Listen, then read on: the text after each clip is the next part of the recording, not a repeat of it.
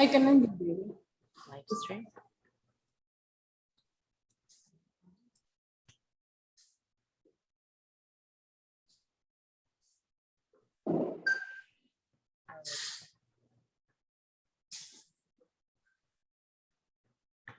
Hey everyone, thanks for being here today. How do we want to kick this off? You ready to kick it off? Ready. Okay, let's do it.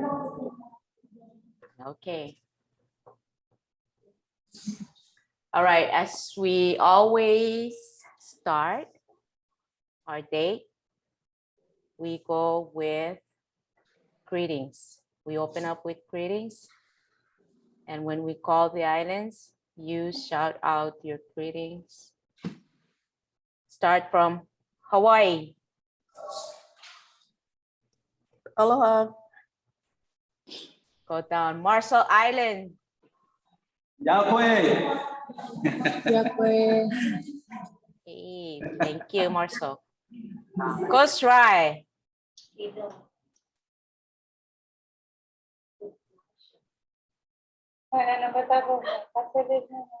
Coast Rai.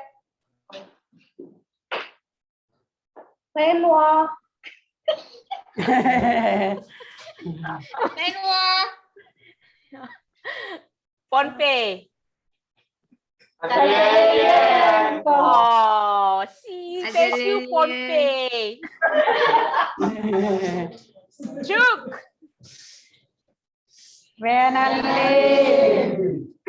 Thank you, Chuk.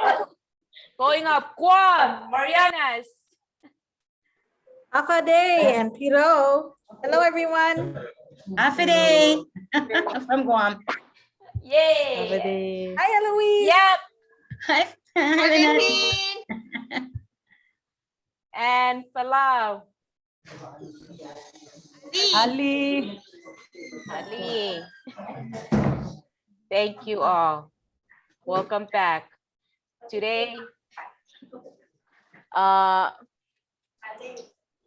Corina and I will be your MC today. So again, my name is Kathy and my partner.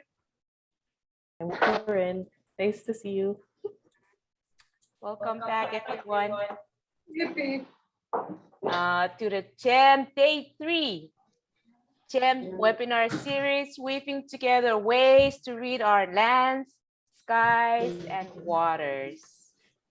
Again, we humbly acknowledge the po, anybody who is po, who are with us today, the elders, traditional leaders, leaders of the church, and the government. Thank you for your presence, your interest in CHEM, and your willingness to share with our ISLETs and with us a big part of you, of who you are and your cultures. Welcome back, everybody, and feel free to add your thoughts about yesterday. Okay, again, my partner Corinne, she's my boss. That's all I can say. She's my boss. Now, my partner in crime, she's from here, Oahu, from Hawaii, right? Yes, yes.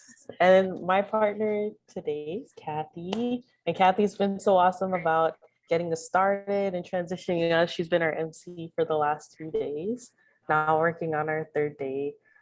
Kathy normally is in Guam, but she's here in Hawaii. And so we get to do this work together with you. And she calls CHUT home, Peace Panu. This is her place. We're glad to be here with you guys today. Thank you. Thank you, Corinne. Yeah. And so for all of us, while we're here, there's just a few reminders for our time together, same as the last 2 days if you've been with us. So you're welcome to keep your cameras on while we're here, but please do mute yourself if you're not speaking. You're welcome to type any questions you have in the chat. If you have logistical questions, you can either send me a message or Poon. You can also send Poon a message if you've got any logistical things you need help with. We are also going to be monitoring the chat box for questions, and we will throw it to the speakers when we have a chance, or we can answer some questions after the session. We're also live streaming on Facebook, which you might have seen the little thing. So we're live streaming on Facebook. So if you're following Pearl's Facebook page, you feel free to tag others, tag yourself, and invite other people to join us there. Yeah. Yeah, so during our presentations, if you have questions, like I said, type it in the chat box, and we'll shoot it over to the presenters. Today, you are here to hear from the Marshall Islands. So we've got some of our amazing partners in the Marshalls that are here with us live. And to help us, we have our GEM staff members from the RMI. They're in that gigantic room with the green tables. There's a big room in there. So we have Miss Evelyn Joseph and Mr. Ishiwata Lome.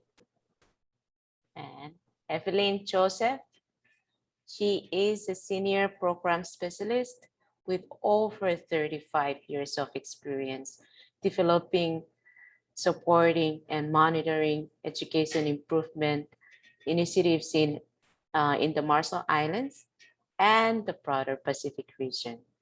In her work, Evelyn leads local, regional, and international initiatives designed to strengthen early learning outcomes, school improvement, community school engagement, and educational equity. Her recent capacity building work has supported the development of the RMI's educator effectiveness system and advanced language policy development and implementation. Evelyn has previously served as director of the RMI Parent Information and Resource Center, secondary teacher, curriculum specialist, community liaison, and teaching training director for the RMI Ministry of Education. And our brother Ishiwata is, he actually was the MC for the last 2 days. So you guys heard, you've been with us, you've heard his introduction. He's native to the Marshalls, Madron Jaluit, and he's currently our eco-literacy specialist and our guy for GEM in the Marshalls. So Ishiwata, we're gonna hand it over to you to introduce our keynote for today.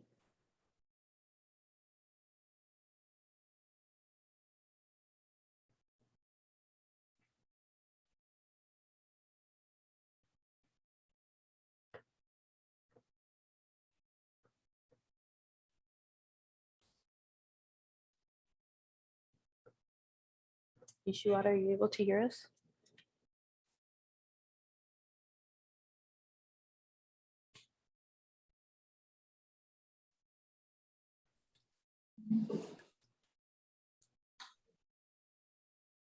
You there?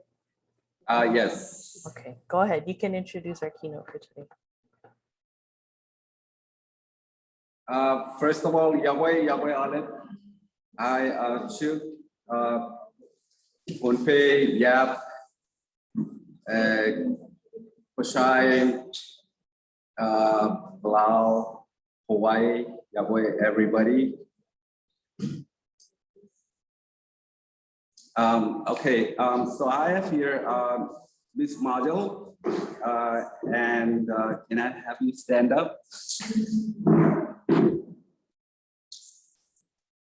Okay, so this is Miss Model Pilma Kristalina Peter, and she's the eldest of 7 and grew up in Arizona. She moved to the RMI to participate in the Marshall Islands pageant, where her interest in learning more about where she came from became reality when she was crowned the first and reigning Miss Marshall Islands. Okay, can we give a round of applause?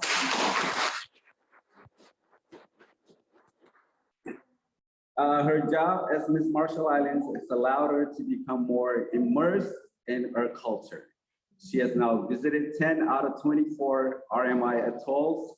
She has also traveled to represent the country in the regional Miss Pacific pageant, where she took home 2 awards. She has a Bachelor of Science in Health Administration and will be going to Taiwan next month to pursue her Master's in Health Administration at Taipei Medical University. Again, everybody, Miss Majal.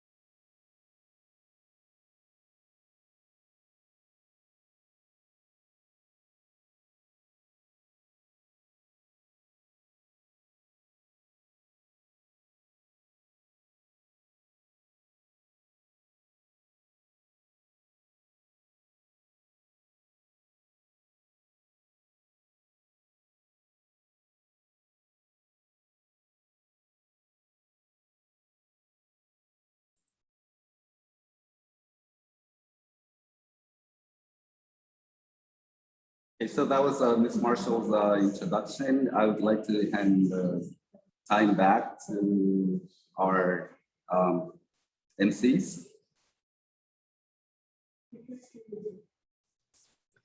All right, thanks, Ishiwata. Was Miss Marshall's gonna take a few minutes? We have some time for her to say a few words.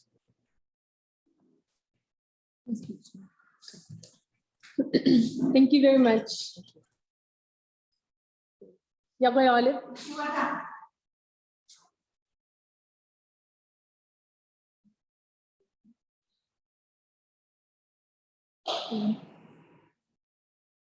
Yabay Olive. It is an honor and a privilege to have been selected to represent my home country of the Marshall Islands in today's GEM Summer Webinar Series. As Ishiwata introduced me, my name is Vilma Cristalena Peter, and I am the reigning Miss Marshall Islands. I am a proud Marshallese. I hail from the island of Medellin and the atolls Ligiab, Ebon, Jaloj, and Medjero. I am also from Magul, Ponabe. For those of you tuning in from Ponabe, I am the great-granddaughter of the late Tipri Peter. I am a proud Micronesian. I grew up in the state of Arizona, and I spent my summers and Christmas vacations here in Medjero, growing up with my grandparents. As a Marshallese, my parents were extremely strict, and besides school or sports or extracurriculars, I was always home helping my parents out by babysitting my younger siblings or grandpa sitting my great-grandpa, the late Dr. Enta Peter. I want to begin my speech with him because he is a key part of my story, which leads me to being here today. My grandpa, or my Jimma, was one of the pioneers of healthcare here in the Marshall Islands, the first chief dentist. He was a proud Riabon through and through and would always remind us, don't forget where you came from. He occasionally came to Arizona to visit us, to see the doctor, and to watch the Super Bowl or the Major League Baseball playoffs every year. In between those events, he was always in Ebon, which is one of the atolls here in the Marshall Islands where he's from. I spent so much time making his favorite drink, which was water, honey, and vinegar, and massaging his feet. And in turn, that allowed me to hear every story he had about Ebon, our family tree, and our family history here in the Marshall Islands. But I never knew how much it would benefit me later on in my life after he passed away. In 2017, I graduated from the University of Arizona with my Bachelor's of Science in Health Administration.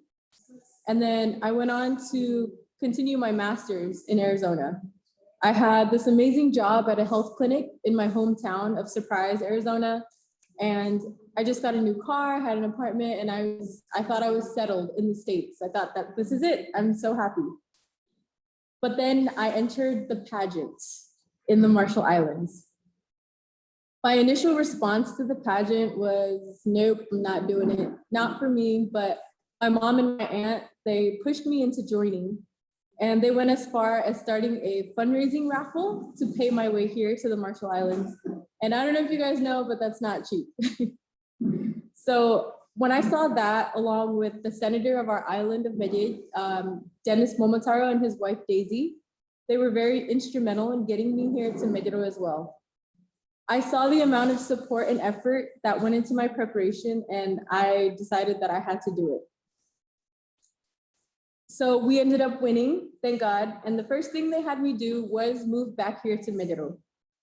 And I hadn't been back here in over 10 years, so I was really nervous to leave my ideal life and live on this island where the Wi-Fi is really spotty, we have frequent power outages, and well, it's not the States, which is what I'm used to. So the past 2 years being Miss Marshall Islands, what I can guarantee that I will miss the most is actually my trips to the outer islands where there's no Wi-Fi, there's only solar powered lights in terms of electricity, and you catch what you eat on a daily basis. I've met islanders from all over the Pacific who have so much in common with me, and they share my love for the ocean and for the people who live in the middle of it, which is all of us.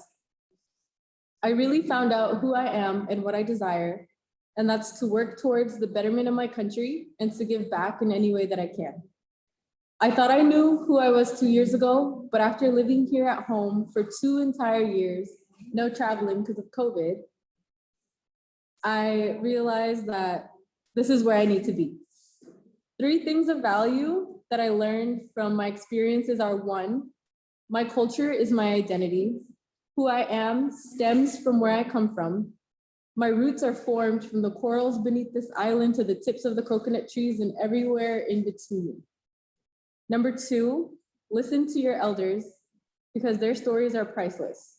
If there's one thing I wish I knew back then that I know now, is to record everything and take lots and lots of pictures. I know that you will appreciate it, and so will your family and friends from afar, like mine have. Number 3 is to be proud of who you are and where you come from.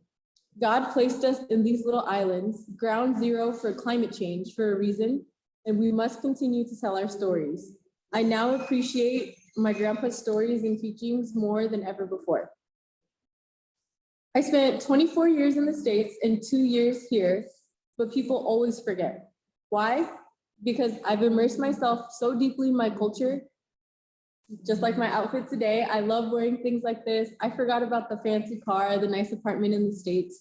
I enjoy the crazy tin boat rides that I have to take to the outer islands and lounging under the huts that are secluded from the modern world. To me, it's extremely important to learn more about the RMI, the livelihood of our men and women, our language, our history, because to me, we're so unique and we carry so much value to the stories of the Pacific. Who wouldn't want to learn more? I love telling people about the RMI, our matrilineal society, how the first fire started in Digiap by a man named Ledao, a woman named Ligdanga created the first sail for her sons, and how there's a rock named Dimerwidip in Medellin that men went to ask for beards, and all those interesting stories and legends of the Marshallese people. I love adorning my nierer, which I'm wearing today, my amimono necklaces, my handicrafts, and learning about our manith, or our culture, and teaching people my age about our family trees, or what we call miniminbuik, to see if we are related. All of this intrigues me, and I encourage everyone my age, especially younger, to learn your language, inherit your family's knowledge, and ask tons of questions. Here in the Marshall Islands, I work for the Office of Commerce, Tourism, and Investment. And with my work for tourism, I have seen the potential it could bring to our nation. I believe in place-based economies, and I think the RMI could thrive from that. As long as it's progressive and it keeps our culture intact, things like that could be beneficial. With my work at OCIT, I also do a lot of promotion, which includes promoting local businesses, local farmers. I visit the neighboring atolls to see the relics that we have from World War II, or hear legends from different atolls. I take my photographer with me, Chui Lin, who's also here today, I take him with me and we take photos of all the major sites where all the legends take place. And we ask all the village elders about our local legends and stories, and then we record all of them. I host local events like our annual Billfish tournament. Fun fact, the RMI is the only country in the world that celebrates National Fishermen's Day, or Fisher People's Day for all our fisherwomen as well. So I host local events like that, the Billfish tournament, where we recently tapped into modern technology to broadcast it to all our Marshallese folks abroad, and they love it. I helped form a coalition called Pa Enojuan, which loosely translated means say never mind, in order to help to get rid of single-use plastics here in RMI to preserve our oceans and its ecosystems. I join efforts with Jojigum and Marshall Islands Conservation Society and other NGOs here to promote more eco-friendly solutions, and we host beach cleanups every so often. I help to bring awareness to areas the RMI lacks focus on, including our deaf community and our mental health population. I promote the intricate weaving that our women do, the fine craftsmanship our men bring while building our karagar, or outrigger canoes. And I remind everyone that the Marshallese were the only ones to use stick charts to navigate the ocean, and our fishermen can look to the sky and tell you what the weather will be like. Everything RMI, I'm always there to promote it. And to end my segment, I'm always asked, what kind of advice do I have for the younger generation? My advice is simple. I want all of you to learn your language, learn your culture, and be proud of where you come from always. And then you pass it on. Como el dada.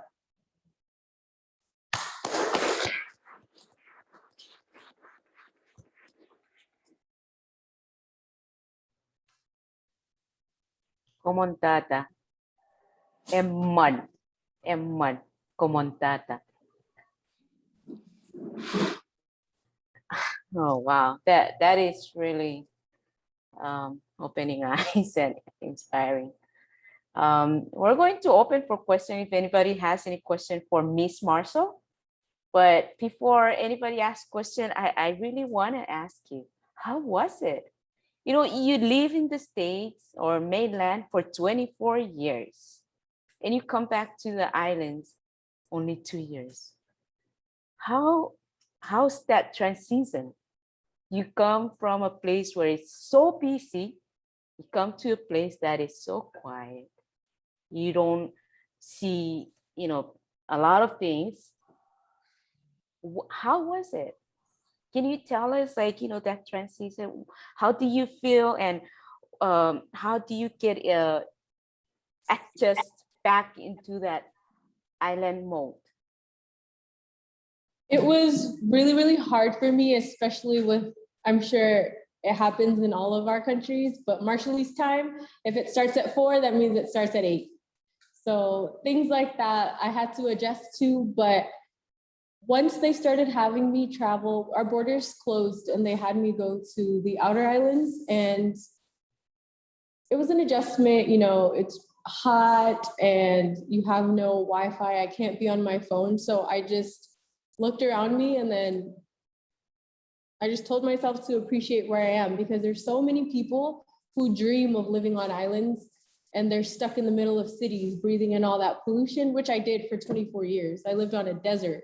So I learned to appreciate my surroundings and just adjust and be grateful. And it really changed my perception on a lot. And I grew not only as, you know, not only as an individual, but I grew as a woman, and I saw how much women contribute to my country, especially. And it just instilled such a sense of pride in me. And the first year was an adjustment, but I think the second year, now I know, you know, I definitely have to come back home. I thought the States was the place that I wanted to be, but no, I need to stay where I'm from. Thank you. Thank you very much for sharing. Because for me, I'm not gonna go back and, you know, go shower in the deep well. I like to turn on the water and just shower, you know.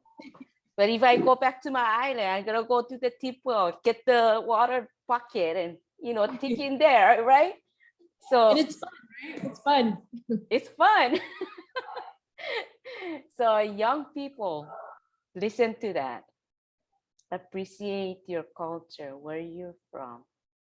Learn your language. It's really important. Thank you very much, Vilma, Miss Marcel. Well, thank you. Come on. So I had a question too. So you said you might be thinking about staying after your time is up. Do you have other plans for after your Miss Marshalls? So I am planning on going to Taiwan to finish my master's in health administration. And with that, I really want to come back and help our hospital. Health has always been a passion of mine. My mom, my grandma, they're all nurses. My grandpa was a dentist. He helped start up the healthcare system here in the Marshall Islands. And I just want to come back and give back in that way and be able to be one of the frontliners for my country. I see the need for it. I've been in the States where it's so accessible, and to come here and see how non-accessible it is for people of our country, it touched me, and it made me realize that my work here is not done. And I need to use my skills and whatever I'm blessed to accomplish, such as my master's, to come back and give back. That's awesome. That's gonna be so exciting. We're looking forward to seeing more of you then. Thank you. I like to travel with her on those small islands. Okay, you gotta take Kathy then. Yeah. It's so when much she comes fun. to visit. Yeah, I like them. Thank you so much. Okay. All right. So what? We have our presentation from the islands. Yeah. Does anybody else have questions for Vilma while she's with us? Or yeah, talk. Any comments from the youth in Pohnpei? You want to say anything to Miss Marcel?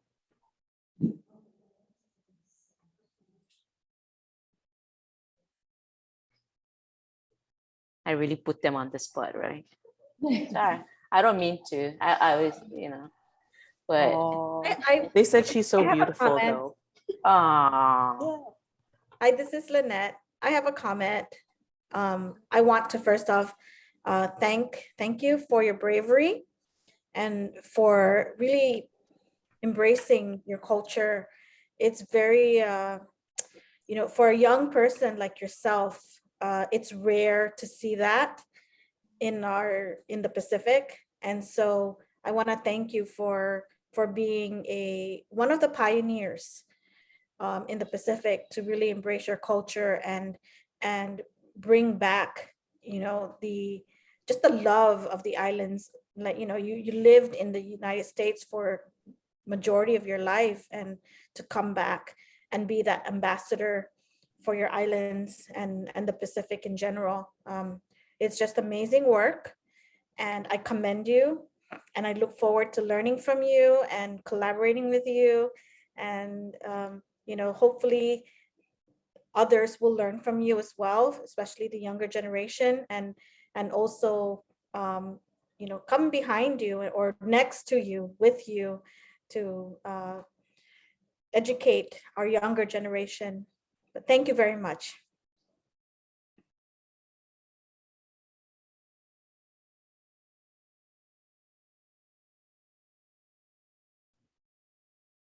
Thank you, Lynette. There is a couple, you actually have a couple of questions, Vilma, from the audience. I'll read one out, and then I'll read you the next one. So the first one, what aspect of Marshallese healing and medicine practices have you learned? How do you see the interaction of Western medicine and Marshallese indigenous medicine? So kind of along that thread, you're thinking about healthcare.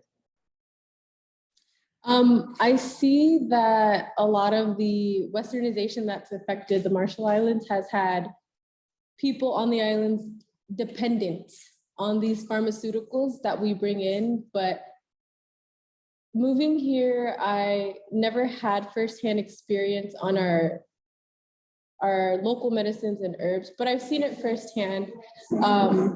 They can make an herbal drink that will help you with your cough. and I've had that drink that helps me. And I see now that a lot of people need to open their minds up when it comes to modern medicine and local traditional medicine. Sorry, there's a fly. But yeah, there's definitely a balance that can be made between the two. 2 years ago, I would have told you like, oh no, that's so bad. Don't do all that. But now that I've seen in person the effects that it's had, not just medicinal, but like a lot of people use it for skincare too. And it's made such a difference. And I love all these local businesses, these local women especially, that go out and they do the traditional method of pounding the herbs, putting it together, and then they make new things now like body lotion and eco-friendly tubes for deodorant. So it's like a whole new avenue that we could explore as Pacific Islanders. That's great. Thank you for that. And yeah, bringing up that there's other business opportunities we can use to take care of our families too. Okay, the second question, I'm actually gonna try to spotlight your camera because our kids in Pohnpei want to see your outfit closer. Okay. You had mentioned all of your handicrafts and what you're wearing, so they want to see you a bit closer. Ooh. Can you tell us what else you're wearing and more of the details of what you're wearing? Yeah, so these are shells that they wove together, and it's actually a front and back piece. And they call it the Bilma style because it's the first one that they've made. Sorry, my hair is caught on it.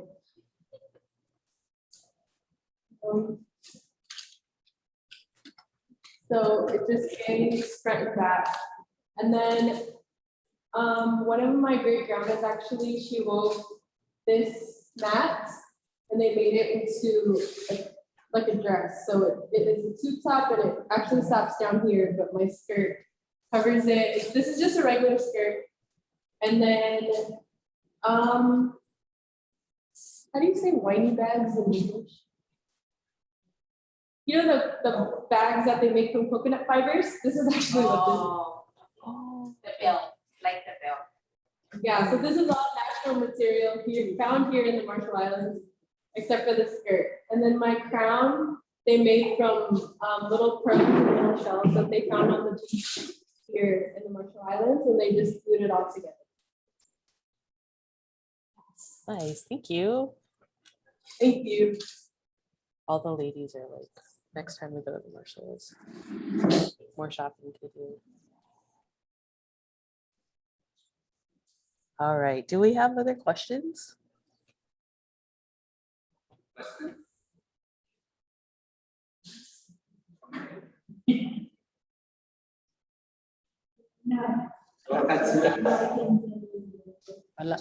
Should I have a simple statement of admiration? You display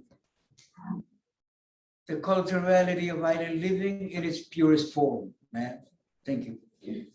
More. Thank you.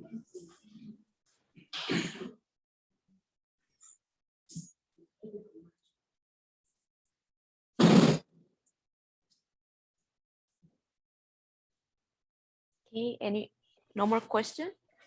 No more comments? If nothing, then we can move forward. Thank you very much again, Komontata, Ms. Machan.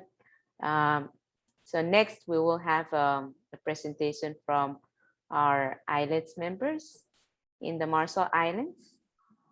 Many of them are with us live in Metro, but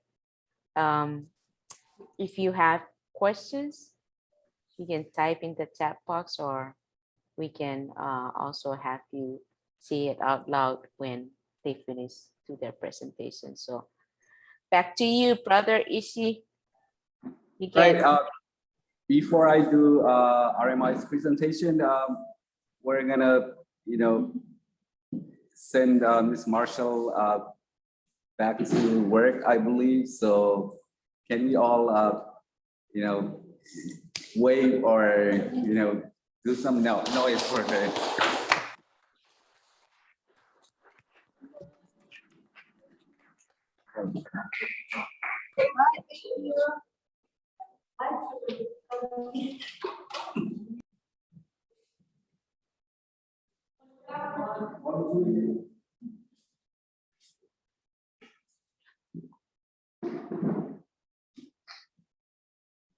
My gosh, after Miss Mayo's presentation, I think I'm frozen.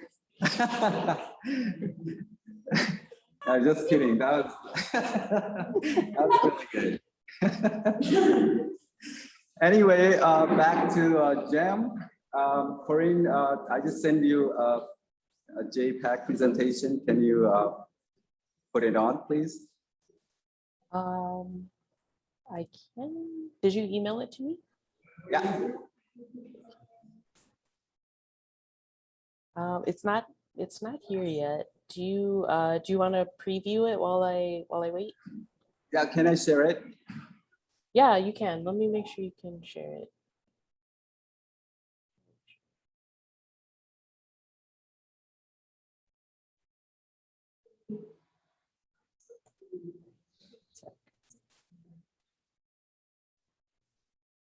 All right, you should be able to share it.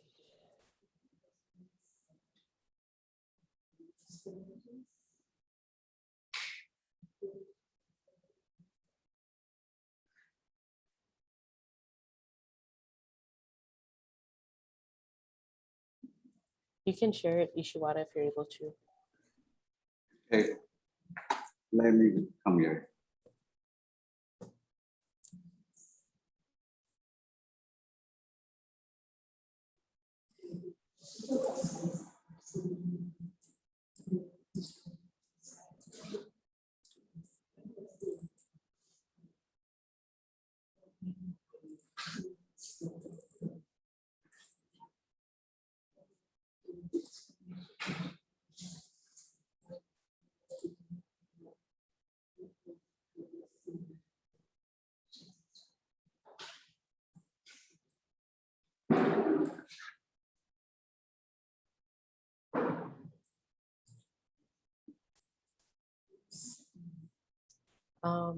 Ishiwata, are we waiting for you?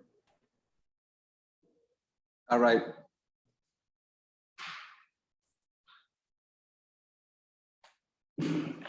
Mhm.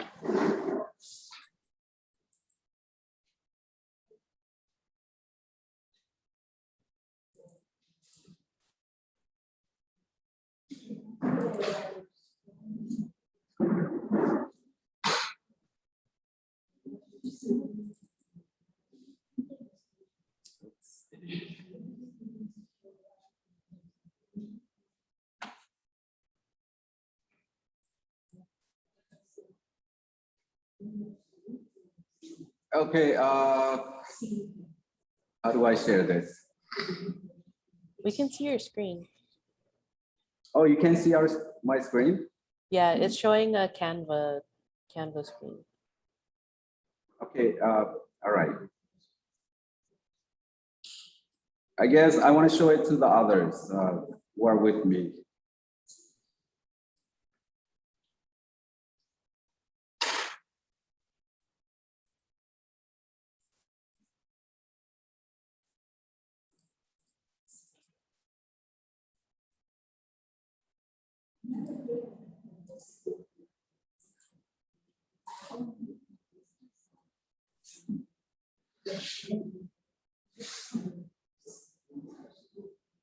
Right, so all right, we'll go with the story first. The old man telling the story.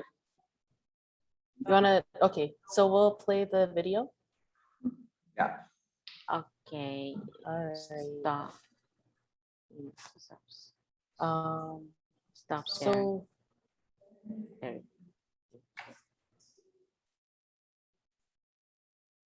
well, before we play, sorry. So before we play, Ishiwata, could you give us a little context for the video? Yes, okay, so that's the story from Millie. And in the story, the old man talk about, well, his name is Chi-Jin, and he actually talked about the two lovers in Malay. So at time, from time to time, an old man would, the man would go to visit his wife, and she reside in the lagoon. So she is a coral in the, she stays in one of the corals in Malay. So he would carry a torch whenever he visits Earth. So even to this day, people in Malay say that they sometimes see that torch, somewhere in the lagoon. So that's the story. And the person telling the story is actually one of the Kujeje, one of the Marshallese experts that works for CLLC. That's Hajinim Manit, the language and culture department here in the RMI. All right, we're ready. All right.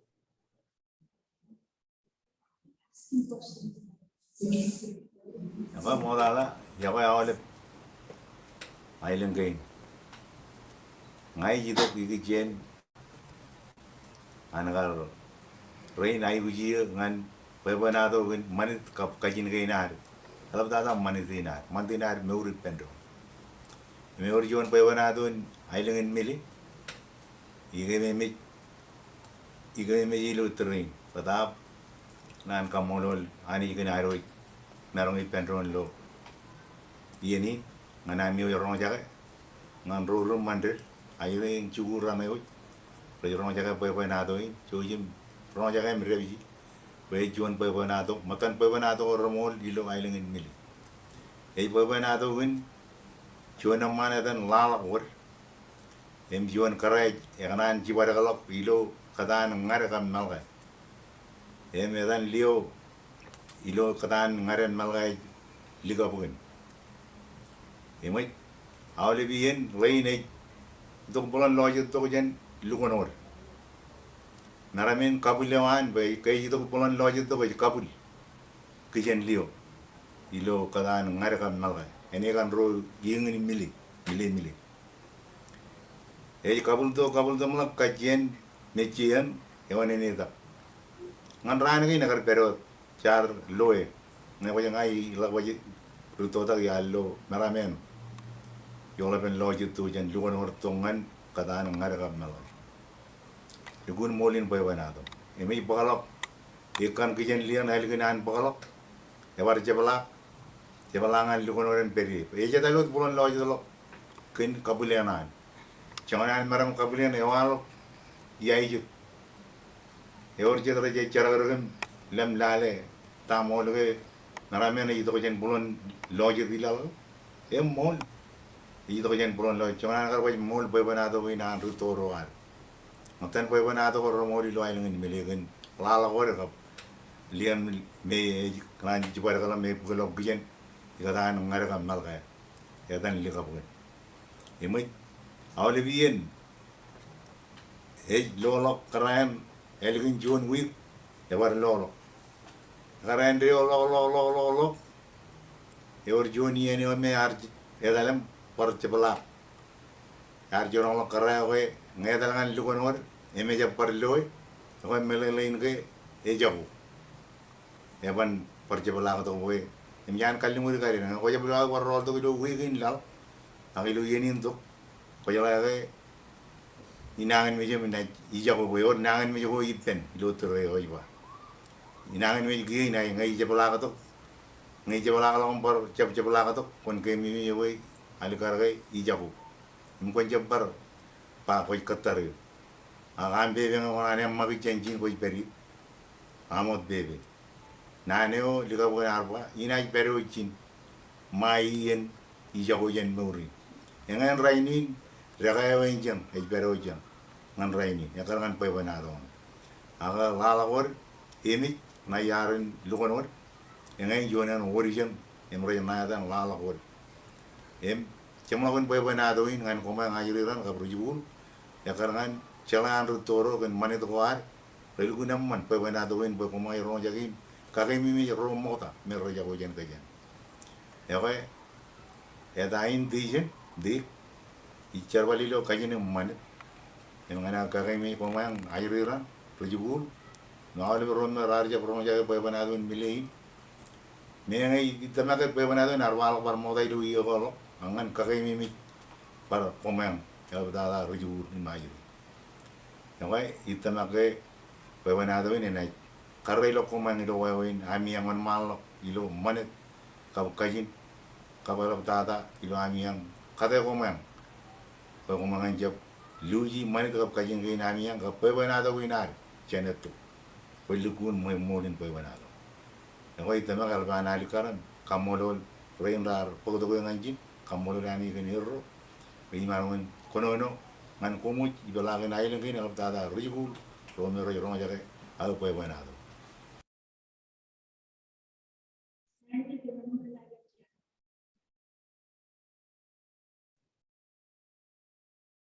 Thank you. Ishiwata or Evelyn, would you want to give us a bit more context too?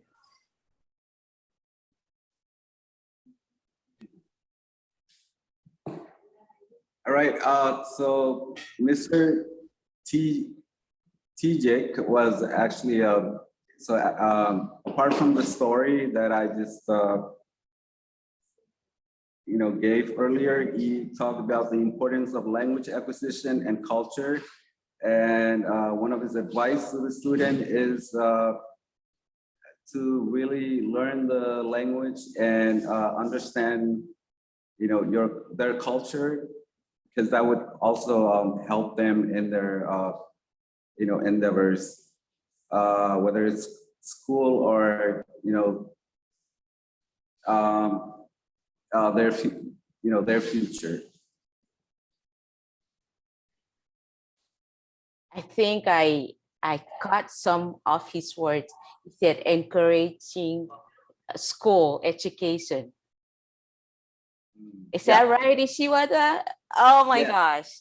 I can get some of the words he said. Yeah, he said something about, I encourage you students to do your best in education.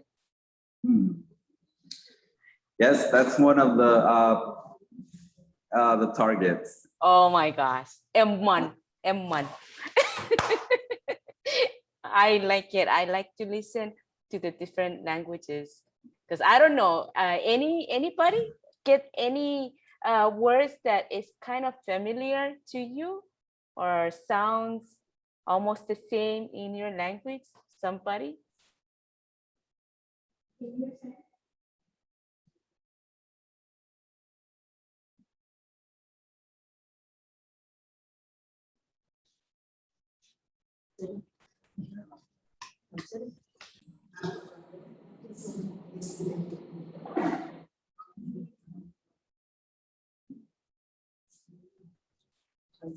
Kathy, we're busy having our snacks here in CHUT, but we do get the M1 part. What kind of snacks you guys are having? God. Anyway, thank you for that. There's another one, right?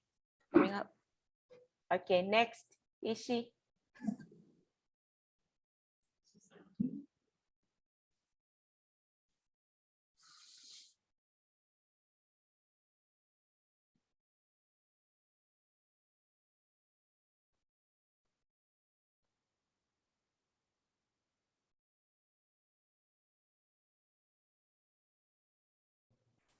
Ishiwata, are you, I have your presentation. Is that what you want to do next? Are you able to get it on? Or? Yes.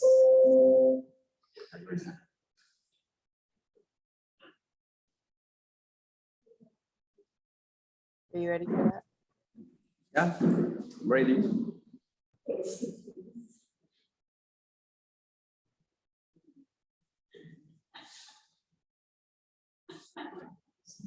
Okay. Right.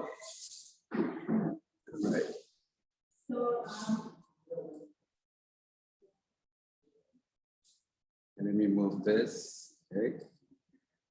All right, so the first slide, that's the translation for how do we observe the skies, lands, and ocean, and how do we make decision based on our observation in our daily lives. So, so that's what we, the students and everybody that got involved observed. You can see the skies, the land, and the sea. Okay, next slide. Okay, so thanks to the students and teachers, the schools, PSS, thank you very much. Stakeholders, thank you UNICEF, thank you everybody in Hawaii for giving the students the opportunity to go out and do research through a lot of learning tools. We want to say thank you, and this is part of the team. I wish there's more space, or I was an expert in computers, so I could include everybody. Okay, thank you so much. So that's the team. Next slide.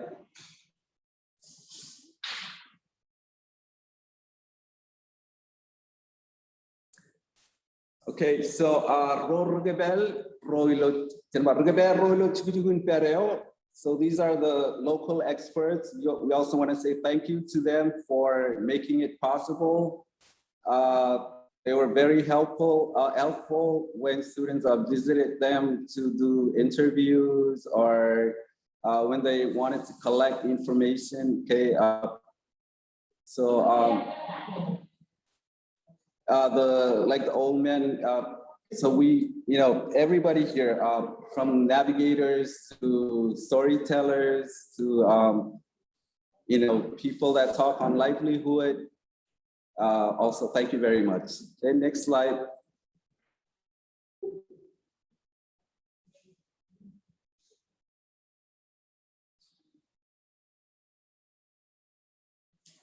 Okay, so following the question, what was our observation? Looking at the sky, the land, or trying to read the sky, the land, and ocean. Okay, so Ene Maramich, that is land and people. So we're very related in many ways, as you can see in the photo. I guess the important thing is that the students got to go out and really, touch. They went into the taro patch and they got the root out. They replanted, and just try and get to know nature and study from their actually doing things with the local people. Okay, we also wanted them to know that in the future for the place-based economy things, just like the one island, one product on the right bottom photo, that they can also make a living from their local, so what is growing in the land. Next slide. Okay, also at Langum Aramich, skies and humans, how we're interrelated, we're interdependent on one another. So if you're gonna travel to Emon, for example, the left top photo shows the Crocs, the southern sky. If you're gonna travel there, according to experts that we interviewed, just follow the star. And then we also have the skies that our elders observe to tell future weathers. So the importance of the skies to Marshallese. Okay, next slide. Okay, we also wanted the students to understand the waters and how we're very connected to that concept. Okay, so you know, talking about currents, the winds. Okay, how people, you know, when it's a good time to go fishing, or when the tide is coming in, just those ideas, and how students learn about them and how it would benefit them really was something as part of the learning. Okay, next slide. Okay, the tools we use, we actually took the students out to the neighboring islands and they sat with elders, local experts. They did hands-on learning, visited place as a research approach, hands-on approach, and other types of learning. Just the exposure and, you know, the many questions they ask really, you know, put them in a mode that I'm sure it took a whole day for them to process or to do reflection on what they learned in just one day. You know, I mean, after they finish their learning in a day. Next slide, please.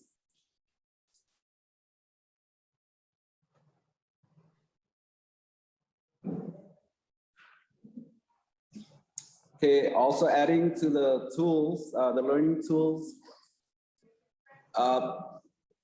as part of place-based learning tools, students really needed to be exposed in some of the areas we went into was legends, histories, you know, livelihood of men and women.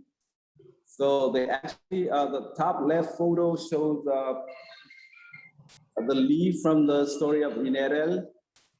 So they actually went and looked for it, touched it, asked questions about it, you know, and that was one of the significance of the trip, to really feel it and to see the places, okay, that were part of the stories.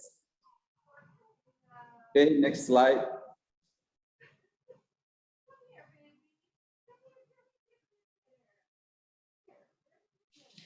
Okay, and so, you know, I guess to assess the students, we wanted, you know, at the end of the day to make sure that they do some kind of writing or even speeches, you know, writing essays, talking stories, you know. So this is a collection of some of the legends that the students collected over, you know, their stay in the neighboring islands, okay?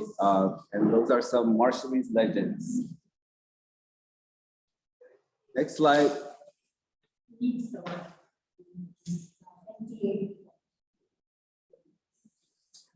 Okay, also, we wanted to document or bring to life what they were doing with the elders. So instead of just pepenatoing or storytelling, you know, they use some kind of technology device to capture the moment. And, you know, that's one of the many food processes that they had to, you know, interview the locals, work with the locals to get the end product. So that's a magon, that is a dry pandanus paste, and it's preserved for, you know, long time usage. So, and one of the very important area in this research time is, well, covers food preservation or trying to preserve our local foods, okay? Or food security. Okay, next one. Okay, we also, you know, capture these photos or what happened in posters that we would share with our schools later and the community. And next slide.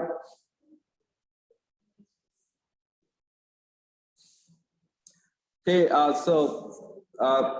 this has been a really, wonderful learning opportunity for all of us, even teachers. We got to extend our skills in teaching, and we found that the students really were excited in learning. They took, ownership of what they learned. They steward, they had, they even have the voice right now to say that they went on trips, and they gained so much that would benefit them for the rest of their lives. So that's the end of my presentation. RMI, thank you so much.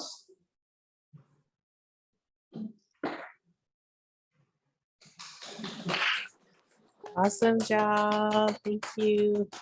Thank you to our partners, our islet partners.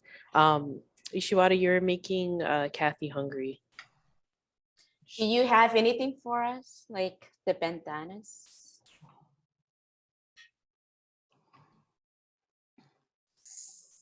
Sorry, I thought I had leftover pandas from yesterday, but maybe somebody ate the rest. You only get to look at it though, Kathy, that's all. That's not fair. Oh my gosh. Oh yeah, with these recipes. Well, now the cool thing about the recipes, the food processes that the students had collected, they took pictures too. So not only do you have to really, read and try to imagine how you would put this food together, but they took pictures of the whole process. Thank you. Very, very learning, it's just really inspiring and amazed because like for us that we spend too much of our times outside of our islands here in Hawaii, maybe Guam and mainland, and then we're gonna come back and act like, oh, I can't go to the taro beds. I cannot put my feet in that mud. I'll be acting like I don't do those kind of things. But then, how do we survive? How can we survive? At least I can make coconut oil. You can ask me when I go back home, I can make coconut oil for anybody. I can make that. Don't ask me to go to the taro beds. I don't know how to pull off the taros.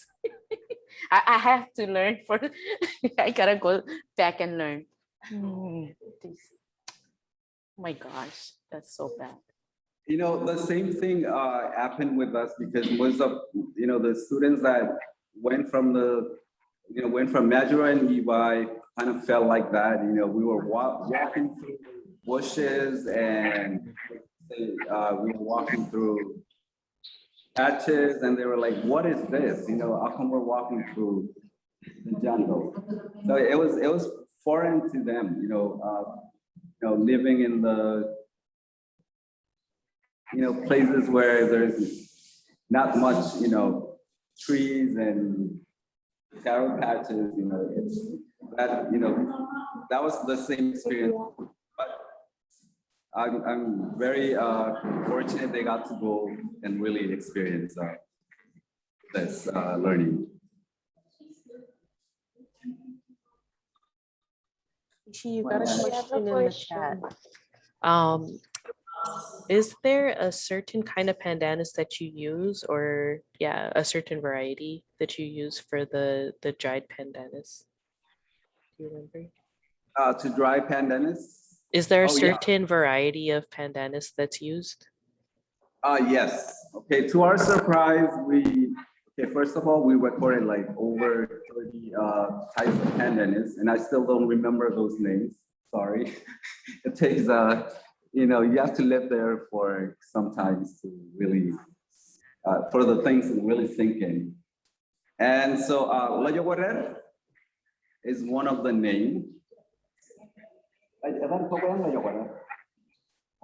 So that's one pandanus that is used to make mapong. So yeah, and I'm gonna ask the crowd if they know more. Someone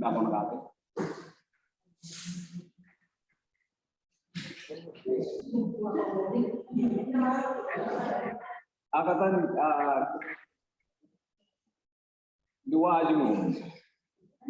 Duwaju. Yeah, I think Luaju too. That's a pandanus from Midget. So that's two for now.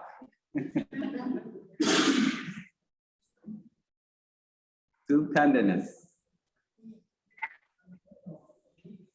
Okay. Follow-up question, is that the same varieties where the leaves are used for weaving?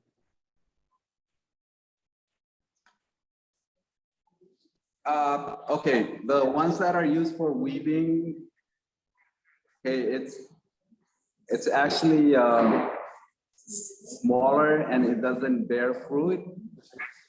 It's out in the bush, kind of, it doesn't, more like into the ocean side. So you'd have to go to the jungle to get it. And while it doesn't bear fruit yet. And then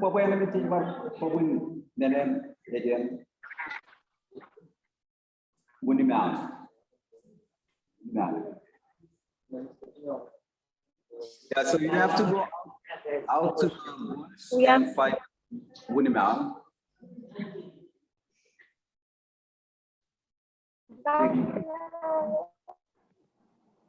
Did I answer your question? Sorry, Ishi. Yeah. For the pandanus, did you guys have like all the varieties together, or like do you sorry, my question is like, can you also use the fruit from the pandanus tree, the one that you use for weaving? Can you also use the fruits from those pandanus tree to make the paste? No, we don't use, we don't eat or there's no food in, even if there's a fruit, it's not edible. There's a word called Bobowan or something. So that tree is mainly for weaving, not for eating the fruits. You have an idea of like how many variety of pandanus is there in the Marshalls? There's over 30 types of pandanus, I can say that. Okay. Okay, thank you. Thank you. Thanks, Tini. There's a question in Ponpe. I think they'll want to ask it out loud. My question relates to how you read land, sky, and waters. And so the presenter mentioned something about how they use. I mean, they look at the sky and they can predict weather. So can he give an example of that? Give one example of how they predict weather by observing the sky. Okay. All right, I'll give yesterday's weather example from yesterday's. Corinne, if you could put on the slide, the first slide. Your speaker, please make sure your speaker is. Okay.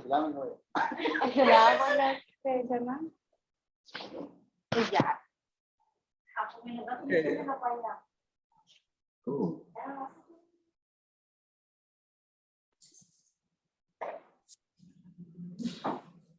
Okay, so the top right, the top photo shows. Did you hear the question, Ishi? Yes, I did. Okay, so the top photo shows, a red sky at around, the word is Miren Loganal. that's the time we took the photo. And so it's before nighttime actually. It's dusk. At dusk. Okay, so according to the old people that we interviewed, they say that if it's that red color, it means tomorrow's weather will be shiny. It'll be sunny. Did I answer your question? Yes, thank you.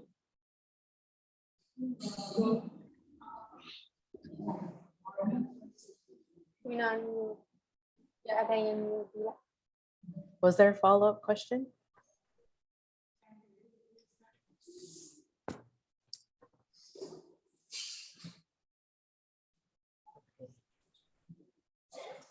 There was a comment in the chat for our team in the marshals. We're looking forward to this being a regular component of the RMI curriculum. So do you guys want to talk a little bit about how we might see some of these products showing up in the curriculum? Yes, thank you for bringing that up. Actually, this is a concept that everybody really likes. There's the PBL at the high school levels, place-based learning. Also, just graduated. We had the PACMED cohort from the University of Hawaii that are doing place-based learning, and they're learning the curriculum as well. So they're connecting the curriculum to a lot of place-based education. And then we have the GEM, STEM, science, tech, engineering, mathematics in the high school levels. So everybody's really trying to make, trying to find out how to do it, how to connect it to the curriculum. So, once these products are printed, it is my dream for everybody that worked worked during this time to put it out and make use of it for the RMI schools, so they could link it with their MLA curriculum, social studies. That can be all across subjects, I believe. Just a matter of working together to really create these products so they can be aligned with the curriculum.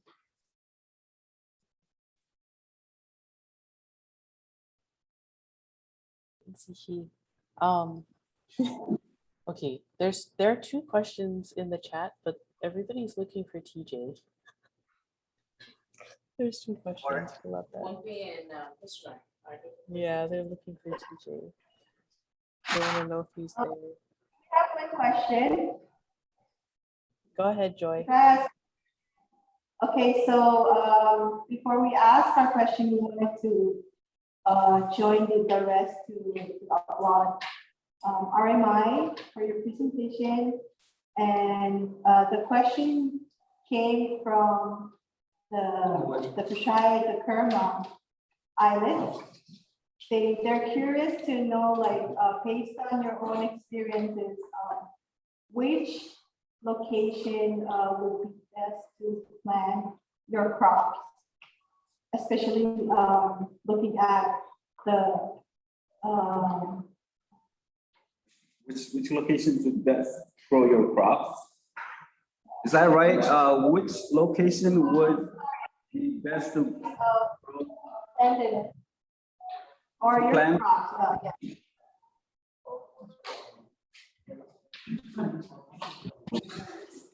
Yeah. Okay, it's kind of echoing in here. I cannot really hear clearly. Can you type the question in chat, please? I'm sorry, maybe our speaker is.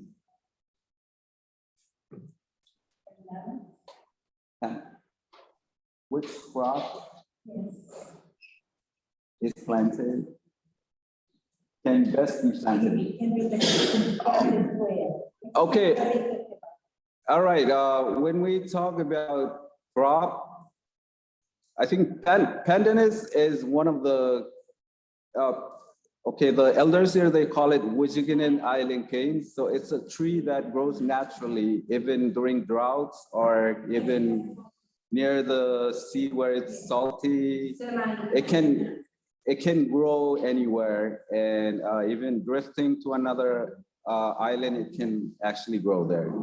So it's it's resilient to the weather, to the salinity, to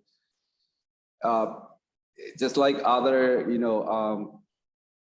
plants that, came on the water, or, it's one of the very, very first plants to grow, and it's very, it's adaptable, it's resilient, it doesn't die during droughts. And I would say it's a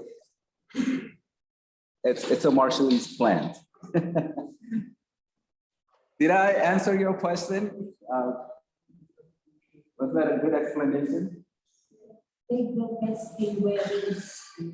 Yeah, it's not like breadfruit, like say, or mango. If I bring it here, it's gonna die, or I have to really be careful, I guess mixing the right soil, or probably kind of, because we're like 6 feet above seawater, so the soil, there's a problem with the soil, the air. There's a lot of salt everywhere.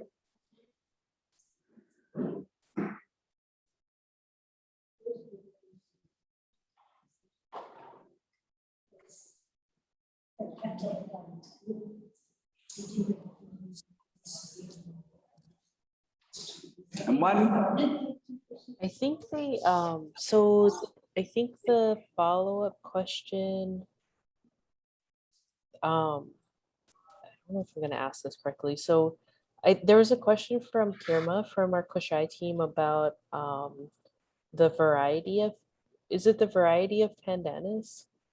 variety of pandanus, yes. Okay. Yeah, there's a lot of types of pandanus. Like I said earlier, there's over 30 different types.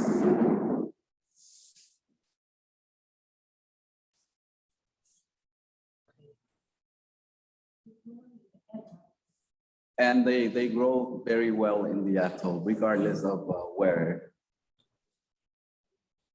Did you learn, Ishiwata, did you learn if there's certain types of pandanus that are more resilient to salt than others?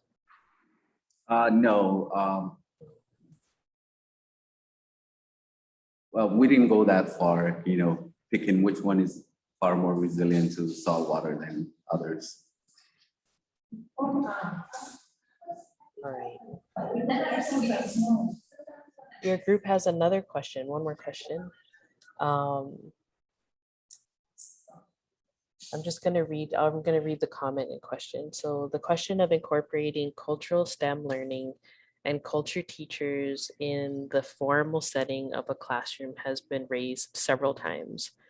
My question, do primary schools, public or private, within the region have cultural teachers in the classrooms? So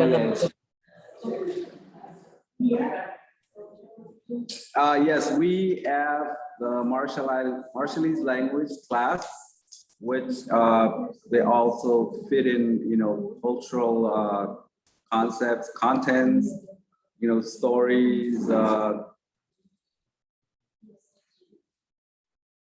They also talk about livelihood of men and women.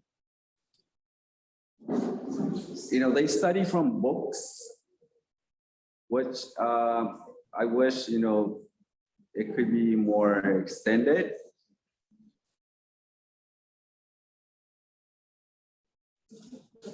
But, this is my understanding of, from my observation at the school. Are you saying the students are studying from books when they're in culture class? Yes, so sometimes you could see posters on the wall, but they have books, at ISC, the printing place that they usually give to the teachers to use while teaching. So it really needs to go out into the, take it out of the classroom, give them the experience, talk to the elders. Yeah, and the teachers that you have, well, I'm curious too, it's kind of a follow-up question. So the teachers that are culture teachers in the Marshalls, have you been seeing a lot of them at the PBL, the place-based learning workshops that you've been doing?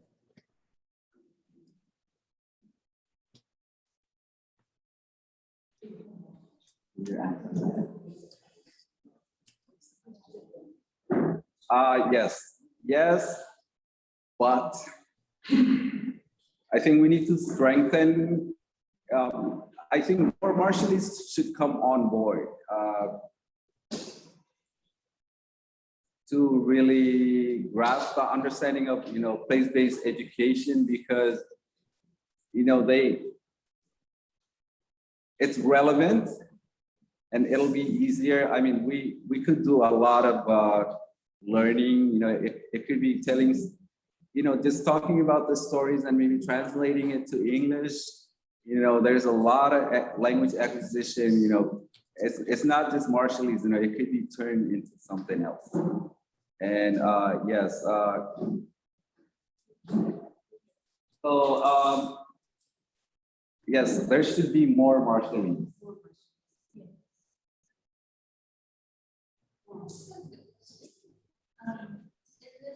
In this project, have you ever presented some of the government works that they have seen?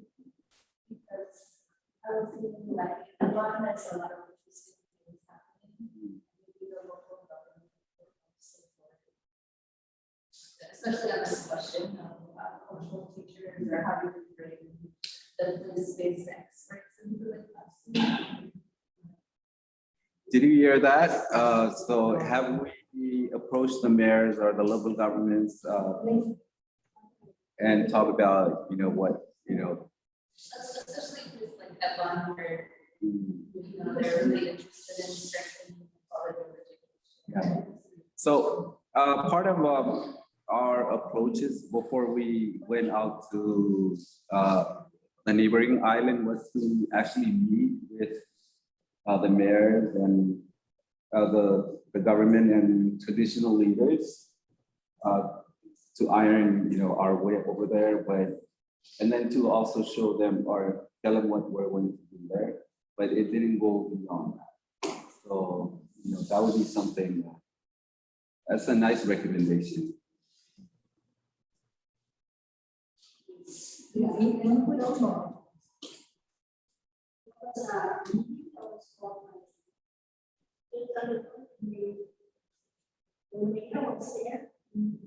was like asking the same kind of questions.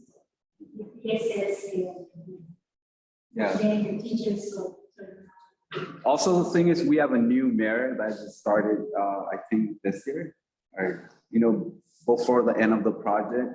But the last mayor she was part of, the food security. She actually told us about the taro, what they were doing in Edwin. So, we got our information from her, what's in the land, who's working the land, who to go and meet over there. And but this new mayor will have to work with her. She just started, I think,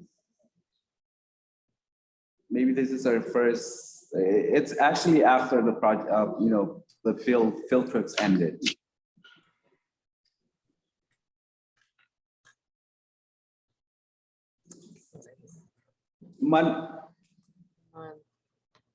Okay, so Ishiwata, so if others have questions, keep typing them in the chat and we'll we'll bring them up. But for now, Ishiwata, we can move on to weaving if we're ready. You sent us a couple of Kathy's ready for weaving, and we promised weaving yesterday and didn't get to it, so we're ready for weaving. So Ishiwata, we've got our 2 videos. Do you want to tell us which ones we should play and introduce us to our weavers?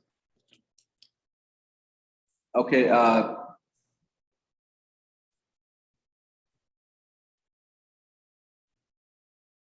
just any of them, maybe the women. We'll do the woman first. Okay. Can you tell us about the woman, or our woman weaver, what she's making, who she is? Okay, so that's a basket to put flowers inside. So it's used during parties or graduations. And I think all of Micronesia should know the weaving, style. It shouldn't be new, according to the weaver. Okay. Okay. So this is one, maybe it's a more universal style. People may see this one as familiar. Hopefully And it's the before- one that I know, right? Okay. Corinne, before that, I would like to say thank you to Herbaland for compiling everything. Thank you. You're with us.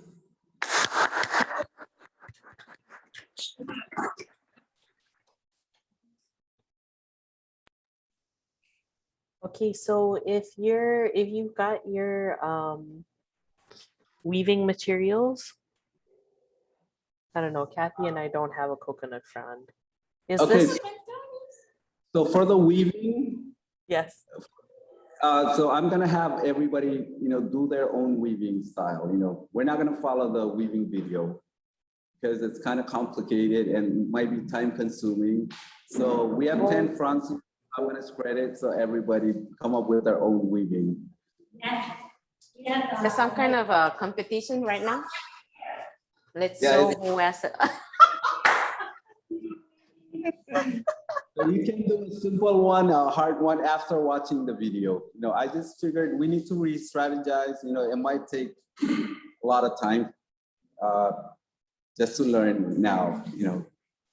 Okay, so if you're a skilled weaver, then maybe you can handle, yeah? Maybe you can go for it during the video. If you're like me and Kathy, we're just going to enjoy the video. And Okay. yeah, but after we come back from the video, I want to see if anybody has something done. You can show it up. Okay? All right, go ahead.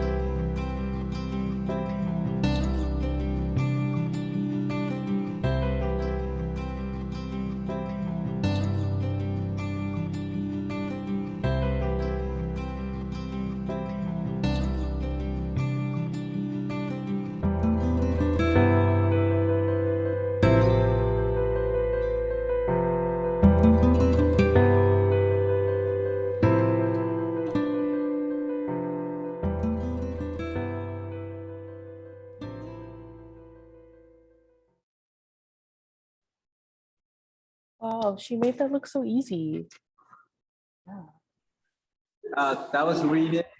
Rita works at the Chinese shop across from my house. Oh. And I actually talked to her one day and asked her if she can weave, and she came on, and that's the basket that she weaved. That was amazing because she was, yeah, it just really, just so freeing. Kathy and I are here wishing that we can learn how to do that. That's amazing.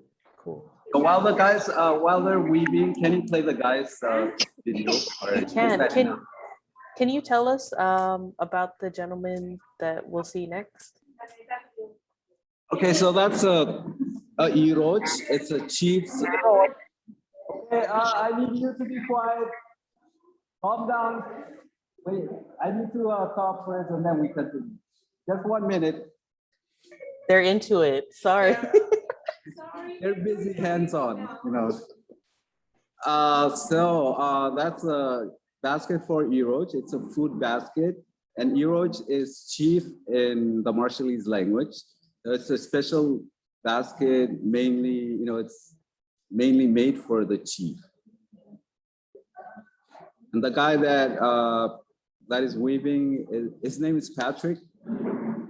Stephen is one of the teacher at Ajeltate from the Northern Islands, Ujala Wato. Okay. We're gonna see a chief's basket.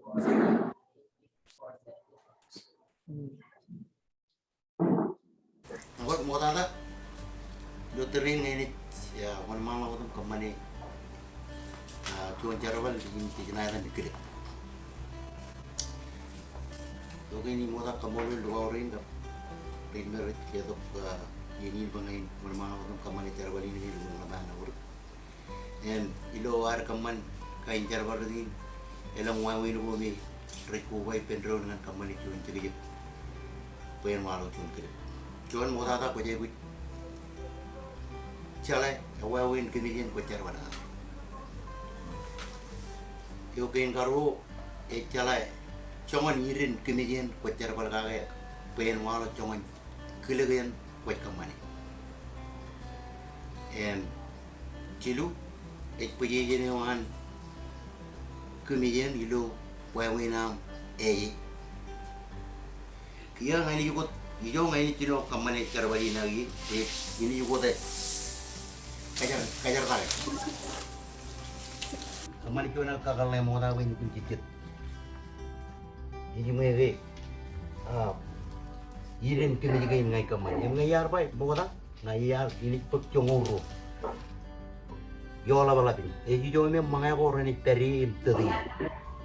Ia cicino itu nono kaki itu turaja, imturaja. Jauh memang ngai ini kemana perurwa, ngai kemana cek-cekin kelego. Karangan jangan kata ya. Yang ini pun ruo emmen cuan ruo cilu emmen lalem cijino. Okay, ini pek cijino jo. Kata yo lagi.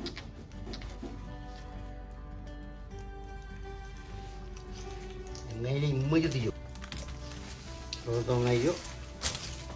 Yang ini penebanyan kakale ay cuan tok yukote congoro wurin kemit cuan ruo cilu emang lalim tijino cimjon ralita keranjo congol congoro cuan ruo cilu emmen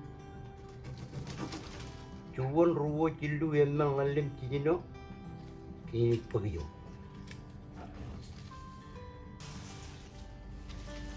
ini jangan kelego me ngaten kamane ki jangan oi mi yemi cek karage ngai karage be karangan jangan kemijin me ngacar balaga kan minin mandada poten car balegi wat kamane cuanam kakalle kamane punya piruru am kubalik kemijin ben walok cegin cara balik potan kamani kia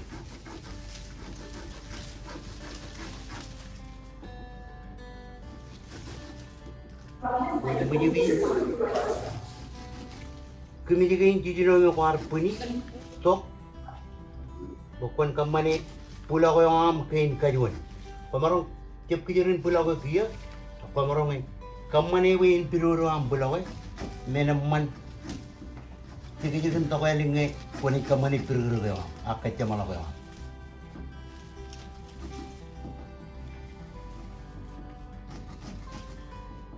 Kocem mujudi ngan ngai run na cawan. Aku kamane ot cawan orang ling narong bulak.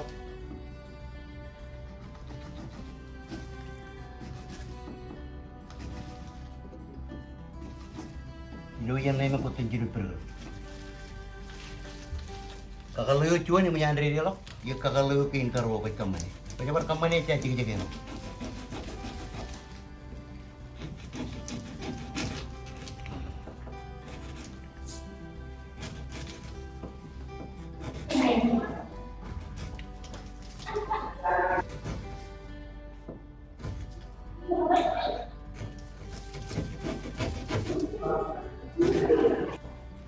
Narong jab tabar lal, narong tabar yola bala. Ya, wae ini manda ta koten kamani dia koten cino ya dia, eji kile dia. Emilo am eji ko jugot puji jene anam dia kaberoi. Puji manam carawali. Kakalayo amu ya cuan, kakalayo amu ya. Katan kakalayo cuan ngan kakalayo cuan ewur cujino kimi. Endeno ko piko tay mandada yola bala beo. Ko puribun ko marong puribun jen tuan ming ngan tuan mo ko marong puribun jen tuan ming ngan tuan an mo nganam piko tay yola bala beo. Kia ngani cino puribun cuan ro cilu emen lalim cijino. Kia inala puribun jen cuan ro cilu emen lalim cijino. Yola bala beo yang eo. Kini juga garu. Iyo koten eji, okay? Kajitongan ko yung muda, bukote mo yung piruro am carawali. Bukote, bukote kote. Iyo kunik sino carawali nilo am. Ya kaji, kini juga ro yung manda. Sino yung labana uragi, ro kini ay bukin ya kaji, imanda. Okay? Tuanit per ilang, tuanit per ilang region, ada region rong. Kenapa kemijiya yang per ilang, kaya lagi ni juduk kemijiya yang per ilang lu cai deo rilik, kaya lagi kemijiya tuan ini juduk boleh. Yang regi praja jadi, yang pekci gini dia. Wana malau, teraja.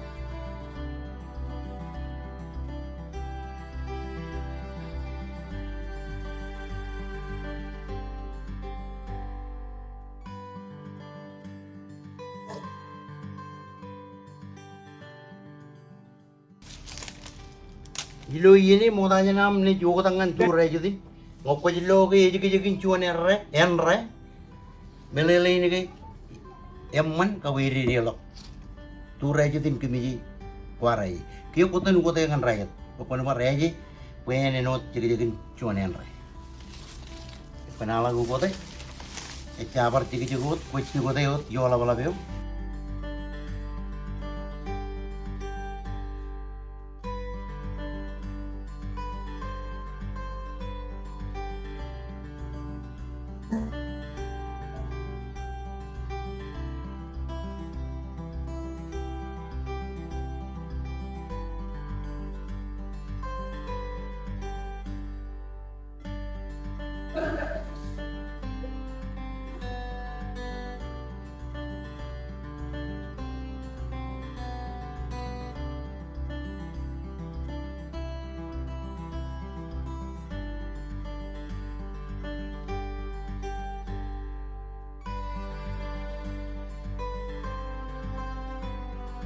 If you want to make it bigger, you can do 999 or depends.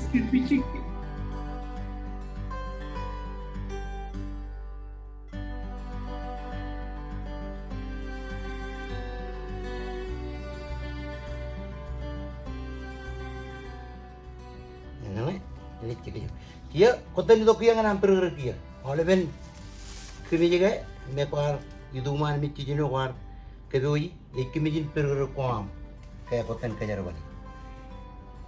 And ilo iya nam perger kocep kaji delok kiligen kuin sela mal koi kaji tongan kuin perger am cara bani. Em oleh bien chongo koyo koi chongo kagi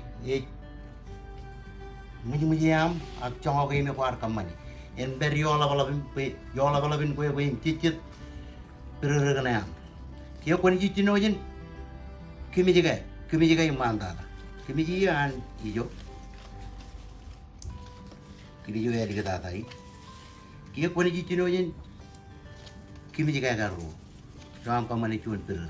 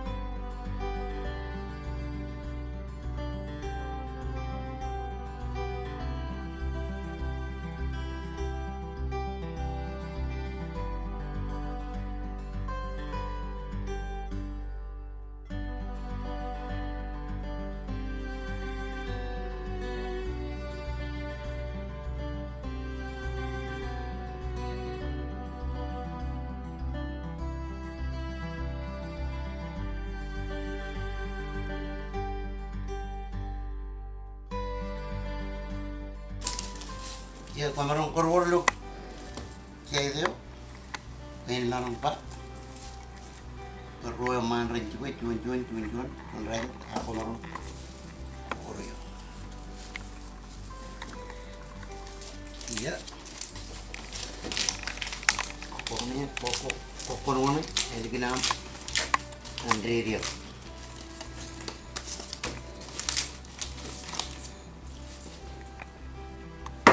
tanah ni kan kilo.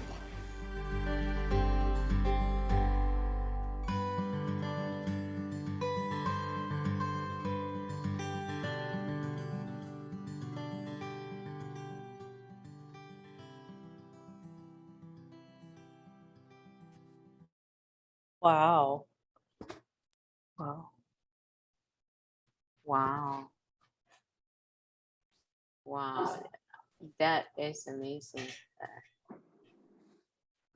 I just speechless. Thank you. Ishwata? Yeah. Yes. So the guys Evan in Kuluk. Filet. Yeah, that's the name, Filet. Thank you, And it's Kanita. used for? So say the villagers have to visit the heroes, they put the food inside in a certain way to bring it to the chief. Okay. They have to carry it in a certain way. They pack it in a certain way. The food, the coconuts are facing the front. The front of the coconut is facing the front. The breadfruit are facing the front, and the fish, they're also facing the front. And there's three, pair each. The chicken.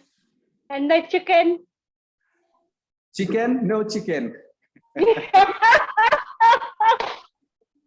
No chicken. So she was sharing that Pinglapis and Mokular or Pohnpeian people also call that the kuluk. So we were wondering, is that original Marshallese word or where did the word originate from? We need to find out, huh? Or does the word kuluk mean something in Marshallese? Okay, there's a verb, egiluk. It means it closes. It's hook, egiluk. So if something is kuluk, it's hook. It's caught. Yeah, it's caught. Ano lang kaya ang pinglapta Pohnpeian? Such a meaning. Okay, we don't know why Pohnpeians also call it kuluk. And they don't use it anymore. We see it when outer island people present food, and I can't speak for outer island people. If Cliff was here, he might be able to touch. But it's Yeah, only a few people know how to make it now. to know that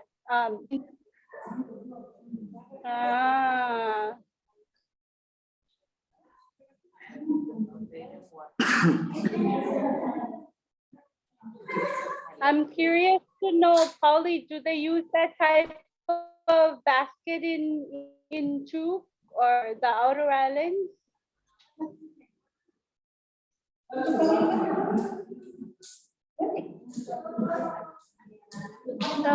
The one that the man wove, kuluk.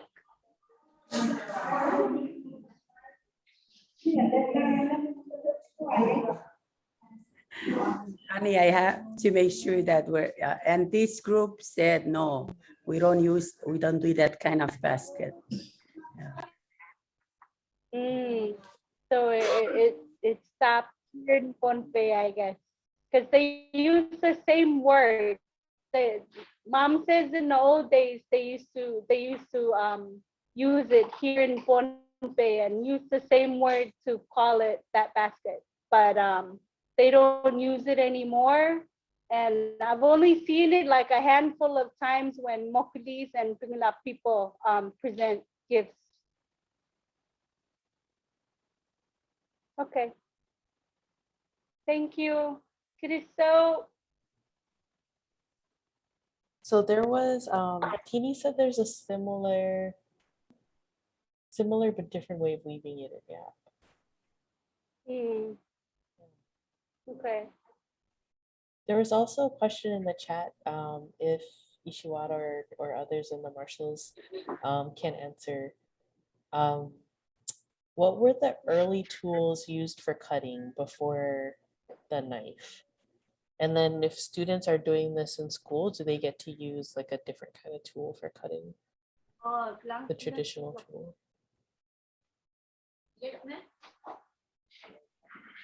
Only used for harvesting ceremony from a tree. Right?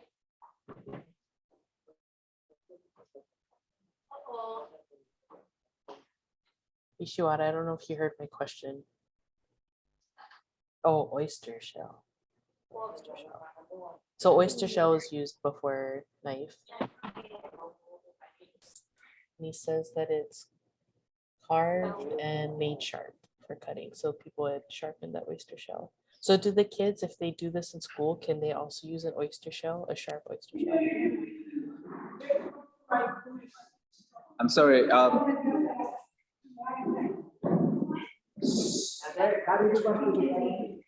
Calm down. Sorry, they're busy weaving. That's good. Okay, so come again. So if the kids get to do baskets or weaving in school, do they also get the option to use a sharpened oyster shell? No, only some people in the outer islands use oyster shells. But here you have the option of using knife. They usually use the knife. Or scissors. Oh, okay, or scissors.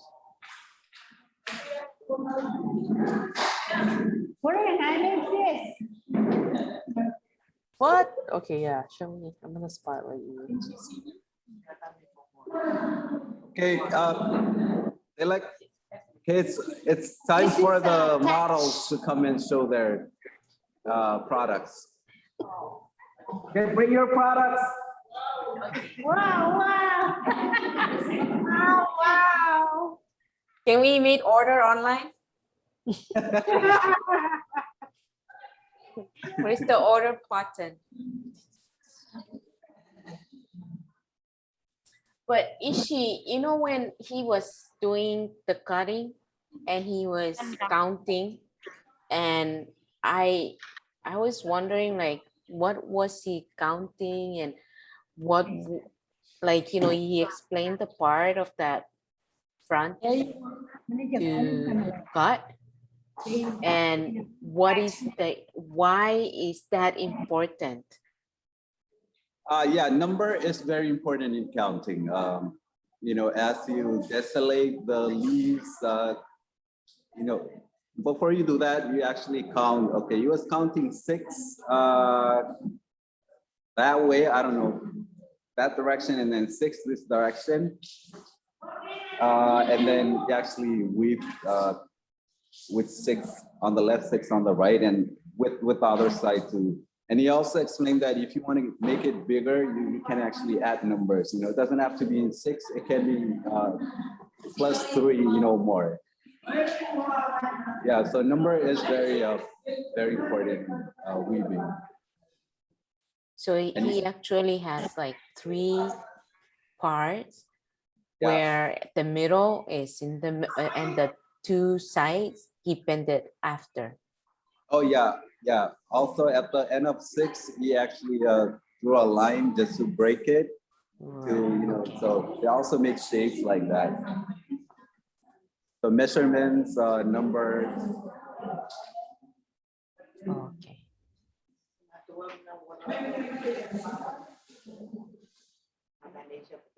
Right.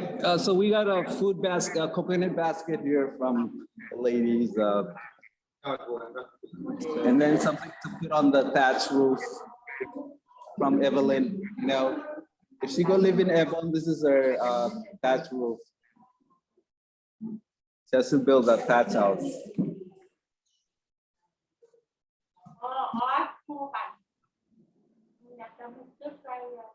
How much is the basket?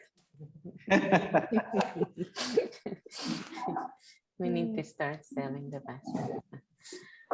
Wow. How many weavers you have in there? How many people are weaving?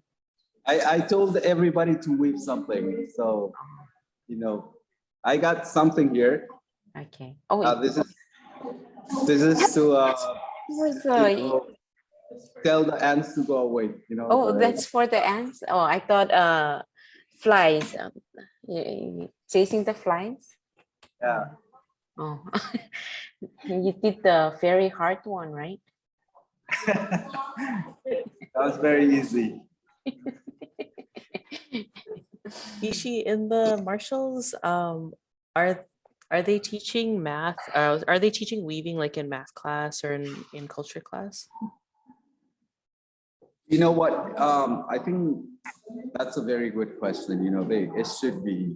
You know, with geometry, you know, statistics. There's so much math in weaving. It just we've been using a lot of textbooks from outside. So you were asking a really good question earlier about the curriculum and aligning, you know, place-based learning So this is actually something that everybody is talking about. If you know the masters from UH, you know they graduated with place-based and you know standards, things that they've linked, and we are doing it. You know, STEM is doing. Miss Marshall Island is doing it. So everybody's actually doing it now. So I don't see why not. You know, and you can see that these people are interested. So maybe everybody's thing. You know, something in the environment. So. Oh my gosh, that's so. Oh, okay. What is that, Kate? This is Kate, and this is her. Okay. That's something. You know, you can hang up outside the house. Probably a crown or something, you know. Nice. Well, what about others? I know there were other people weaving too. Does anybody want to bring something up to the camera? Show us what you made. Yeah, we have our team. Yeah, Jalfinda, you guys are weaving there.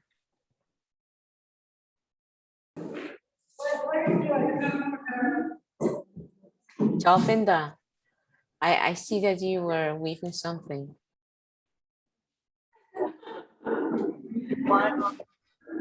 And Pauli, you also weaving something. You want to show what you're weaving?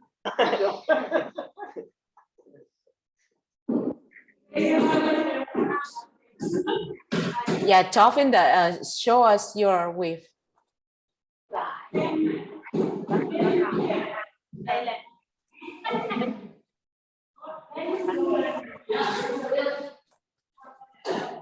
Oh, there's one from Pohnpei.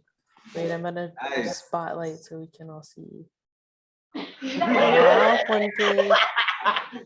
What is that? What is this one for? That's a nice basket. Anything, food, fruits, nuts, whatever. Oh, multi-purpose food, all kinds of stuff. Nice basket. What else did you make?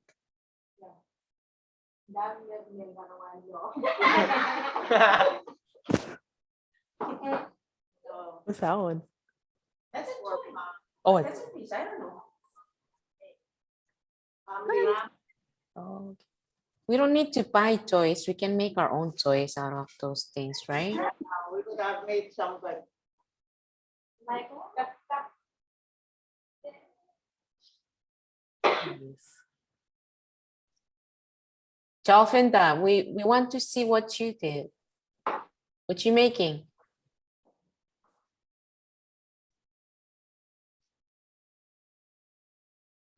Our youth from YAP, they're weaving. They're really busy weaving under that small roof.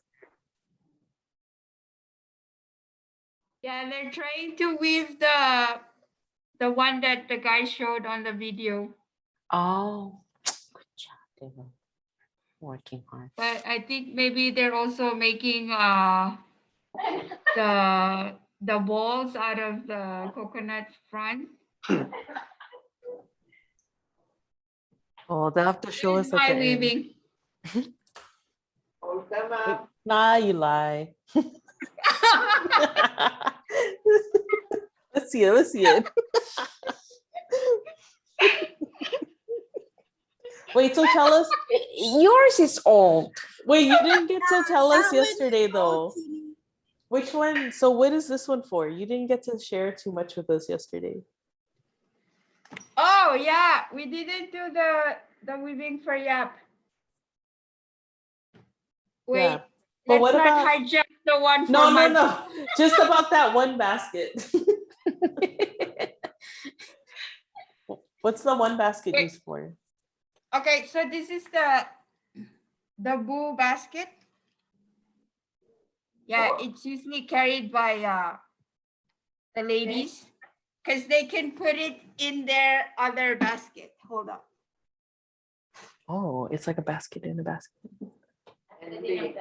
Oh. Extra pocket. So this one goes into this one. Nice. And So that's the wallet in the purse. no, it's actually it's actually the middle nut basket inside another basket.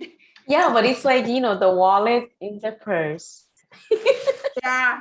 It's a wallet for who? No, Yeah. it's a wallet. It's a treasure basket. Yeah, they call that one the runen.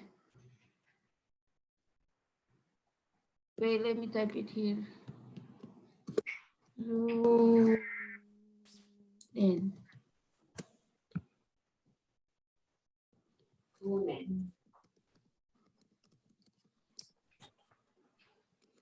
Yes. So that was the end of the weaving. Thank you so much. We have some products, ready to move on. All right. How about Like that. No, this is for basket. This is for eating. And then we have a thatch roof wall. Thatch house wall. oh, that's for me, Stephanie. So hat. Or hat.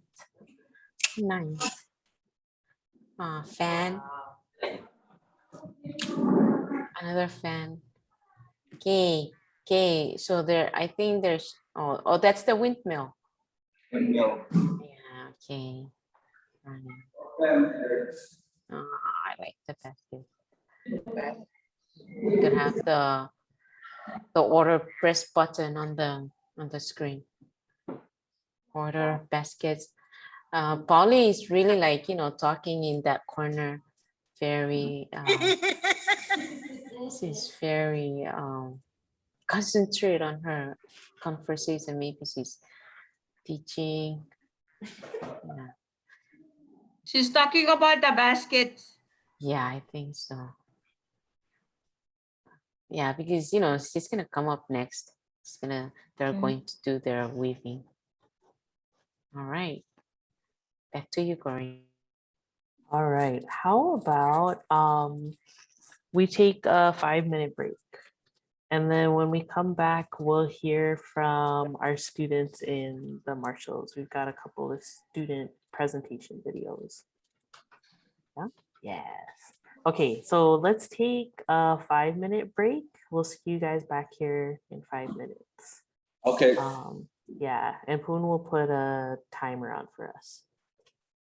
Thank you.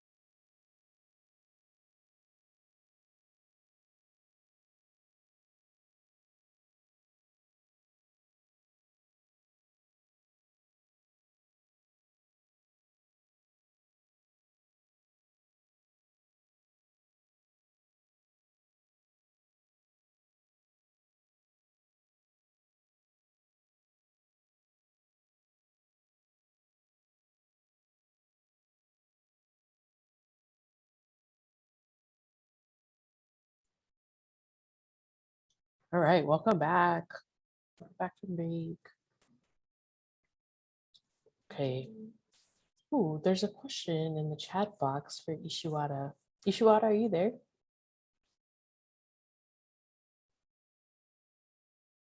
Is he still on break?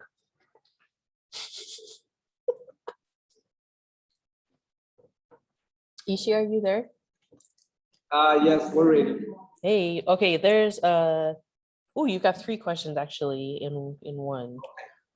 Okay, has this program with the students inspired and revitalized environmental stewardship among the younger generation now that they have a better understanding and appreciation of their natural environment and uses they can derive from the plants? Yeah, we will listen to them. They will actually answer that question in the videos, follow-up videos. All right. Okay, second question. Did your learning journey with the students also include marine resources like coral reef? Yeah, I think one of the student will also touch base on that. He's actually studying, he's pursuing a marine science degree right now to go to ELO. Should be going to ELO soon. Oh, nice. I didn't know that. That's great. Okay, last question. I see the weaving has been highlighted here. This weaving highlighted here is included using pandanus and coconut leaves. Sorry. Are there other crafts on weaving using different materials that are unique to the Marshalls? We also use hibiscus bark. Oh, yeah. Ooh, we have to see a sample. And well, just to make rope. Oh, yeah. Oh, yeah. That is used to tie the canoes that are you know, they're also made the small canoes for display. Oh, like they use it for the thatching, the little Yeah. models. Oh, okay. Yeah. So yeah, that's mostly it. Okay. Nice, thank you. All right, so the next part is going to be our student presentations. So Ishiwata, we've got our 3 videos. Do you want to tell us about the students? Maybe one at a time. We can play one video. Okay. Yeah. All right. So I don't know if you remember the order of the videos, but for student photo 1, do you want to tell us about the student? Okay, so the student that we'll be talking about, canoe, is actually in college right now, senior, living with the grandfather, just the 2 of them at the house. You know, he's studying very hard now. He was, you know, part of the gym, went to Ebon and Jalowitz. That's TJ.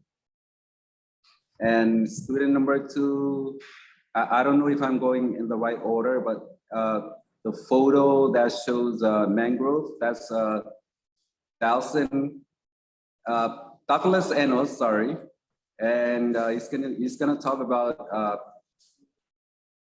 Melbourne, that's the pandanus. And you know, the concept of you'll be talking about the importance of the land, the sea, and the ocean. I mean, sea and the sky. Okay. So in his own words, he's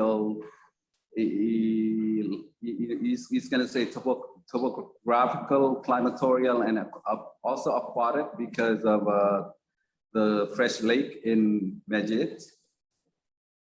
And the last photo session will be Morris Mongoya. Mongoya is part Koshrayan Marshallese. And he's actually in Ibai right now,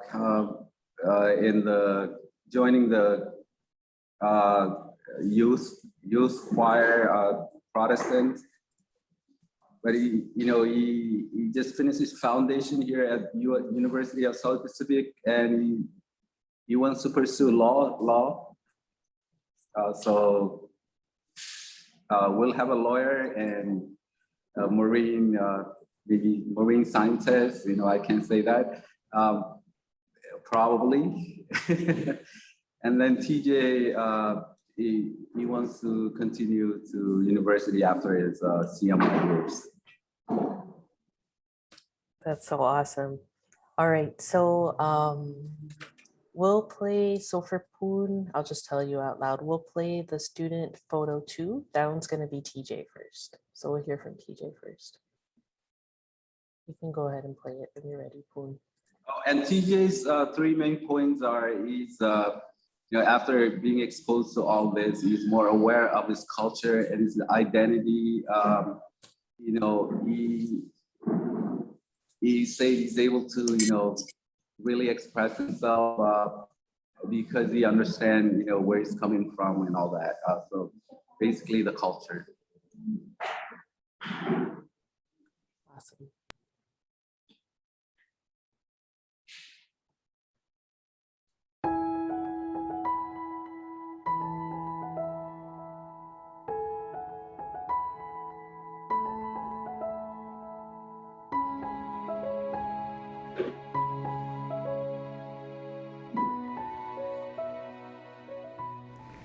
Yakoy, lain TJ Frank Mojilen. Yung ngay chuan lagi ano MDG. Ngay chuan rejubulan kala jawar ramajan. Chiamay. Kala jawab marsalana. Inu chuan shaba more major always can ichuchi of liver art. Image can ruya. Imile olam nagaya yang mana lagi lucu. Win naron kamani mana kungan. Ailing ciri kena, cibang ron nugo, kata ibu sekolah, imror aja karena. Itu beli mau go, rezeki ni kure, ko elakan remaja minjal go jadi itu beli mau. Ini mau kure pej kan, kure baseball, kure ko elakan itu beli mau jauh kan. Jauh yo, aja right, ini mau tekan mana di majang, im, awak pejin calan. Kencui ko air remaja.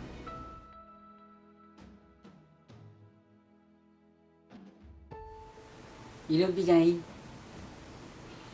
Kalau kencet kerja juga ibarat kata kami ilo akan dunia anti centimio mana ini itu.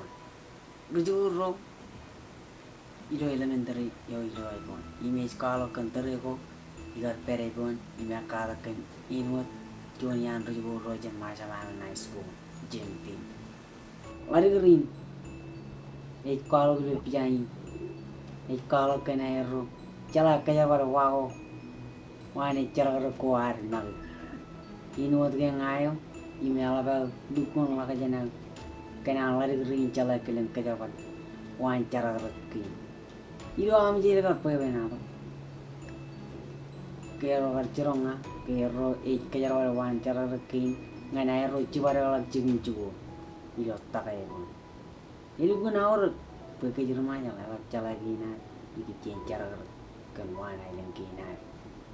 Ya kabilang lang. Pilo mejero. Ela botar kaya wal wako mrek kaya wal kian. Inu to wono ko.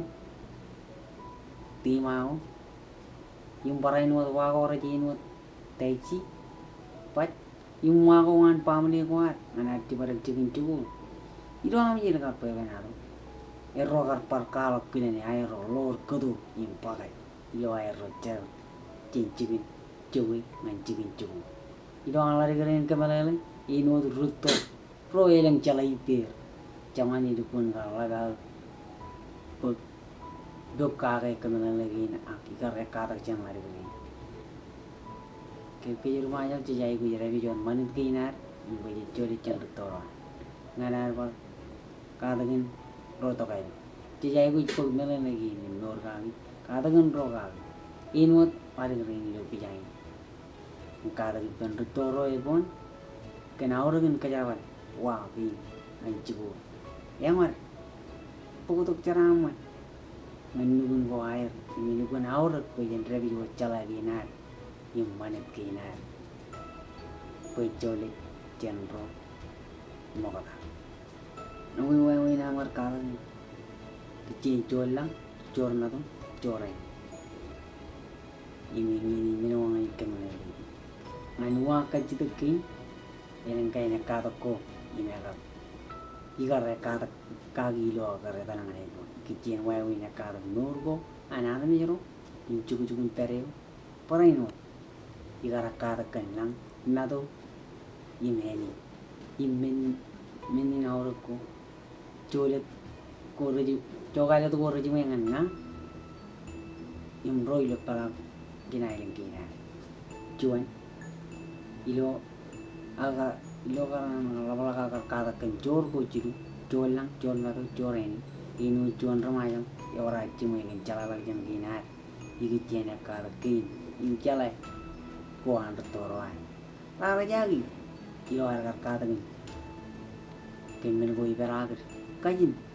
Manut kinare jak jen wawinar nur immen go ipalager ino da kata ko jenarmi eni mado imlang ino da chala le men kin pai per wodion mane den nur kinar mala je jai gu chala mogada aur kin pai jen nur ga ino jon ramaya ilo apa jamano kajawa wana len kinar im pokoto elang gain caranga pokoto jonga loje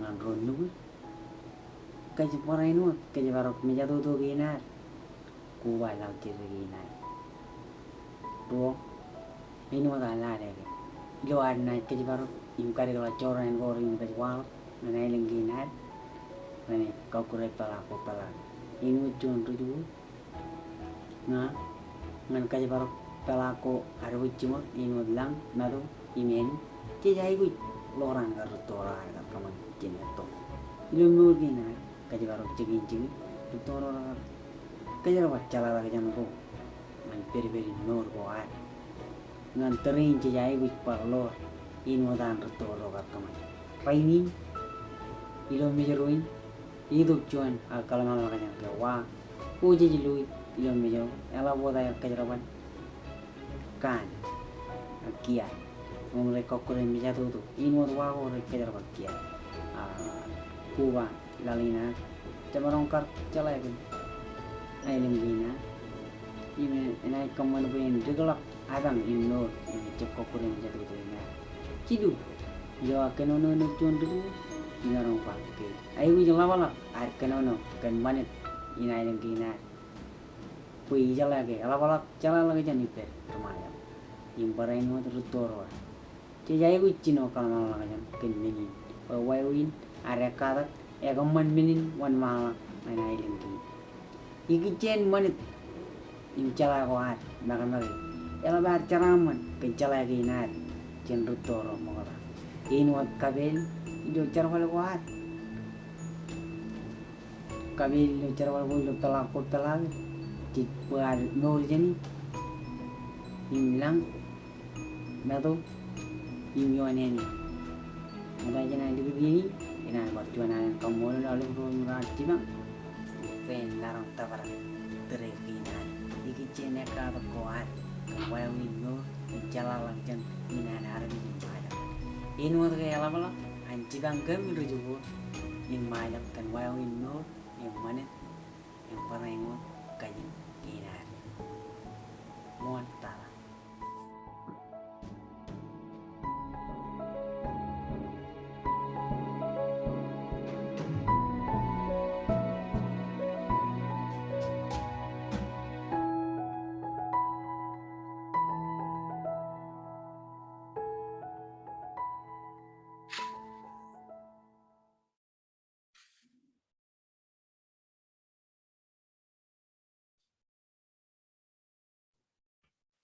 It was so nice to see TJ.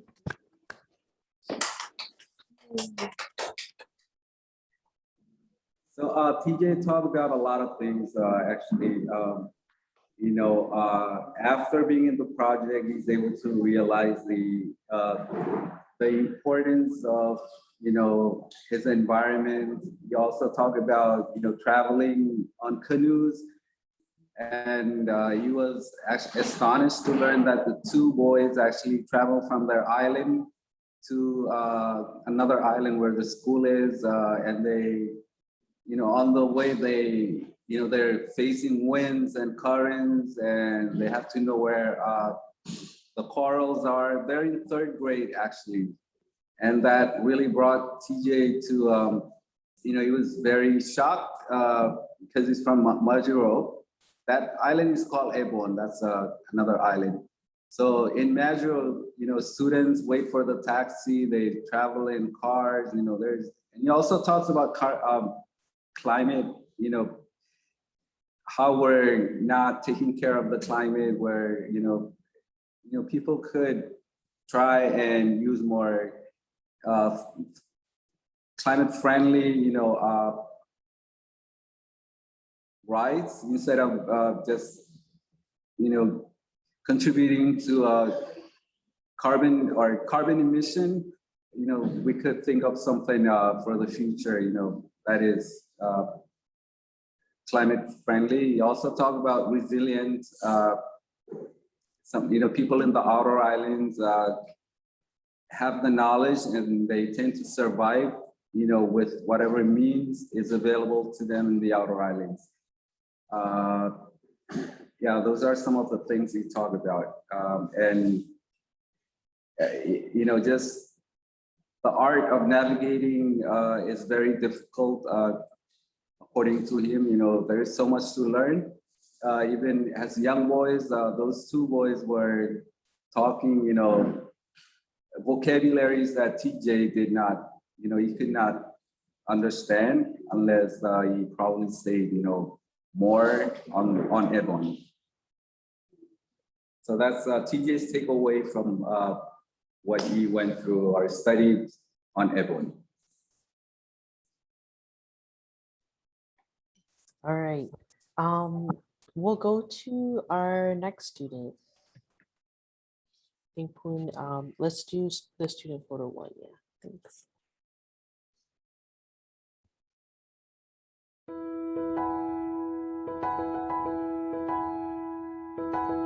Didn't know my entire life.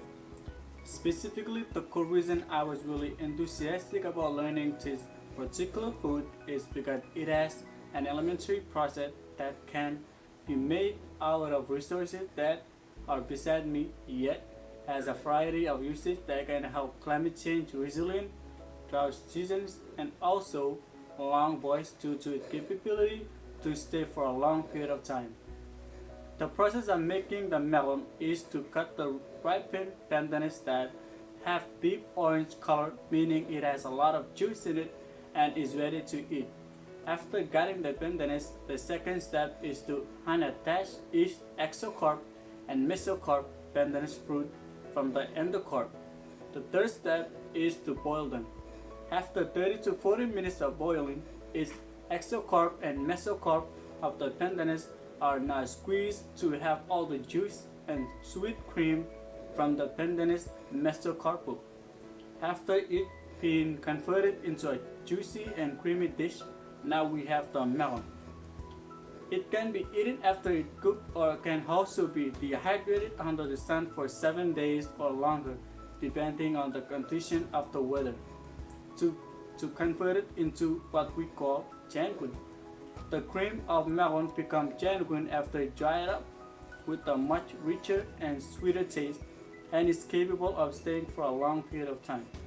The lesson I've gained that will both benefit me as I seek higher education and also my lifelong surviving skill is on how to utilize our local food sustainability in addition to converting them to have a long-term usage.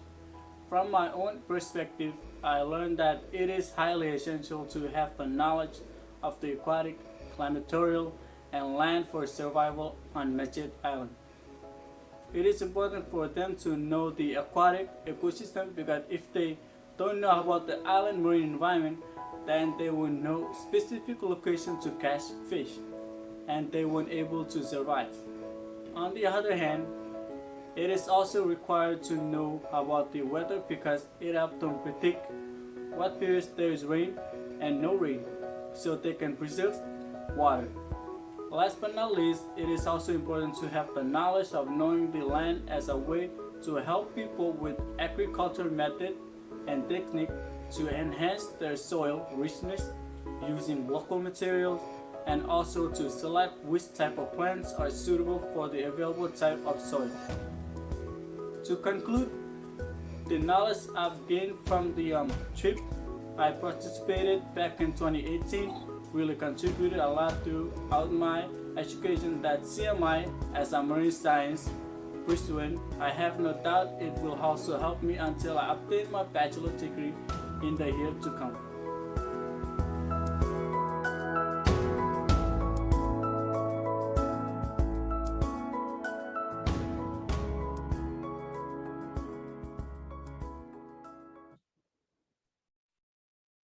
Wow, our future marine scientist.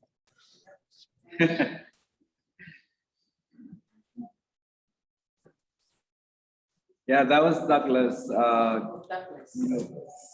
Yeah, Douglas. You can actually hear many ideas, from him. We can't wait to, know what's going to happen in the future. He's waiting to go to the UH, just depending on when it's okay to go. But he's very interested in marine science. So yeah, we'll just see what happens.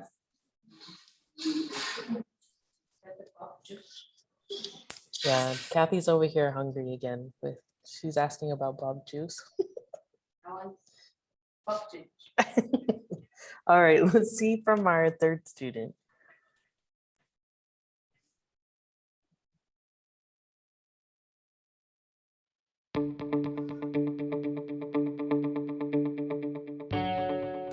Yeah, my name is Morris Mankaya and I'm from the Marshall Islands. I'm 22 years old and currently attending college as a freshman.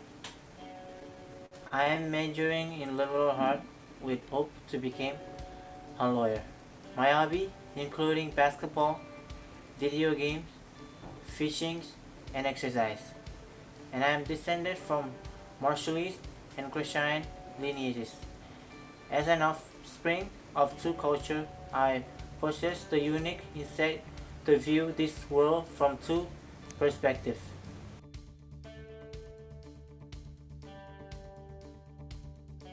During my stay in Arno, I observed how the local crew and maintained mangrove. Being a student, I questioned the mangrove. Farmer recording their significance, to which they replied stating that mangroves serve as deterrents against wind and floods. Furthermore, they explained the process of how mangrove pouring salt water into pure water by filtering reduced. As a result, it has became an integral part of their life.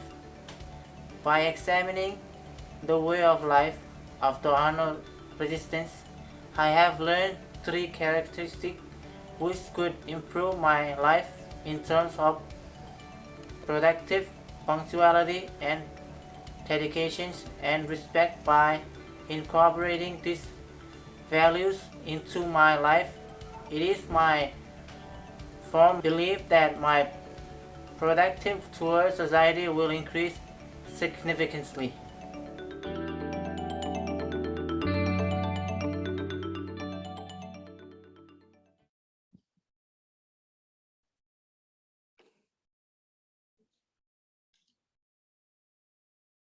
Kapobo.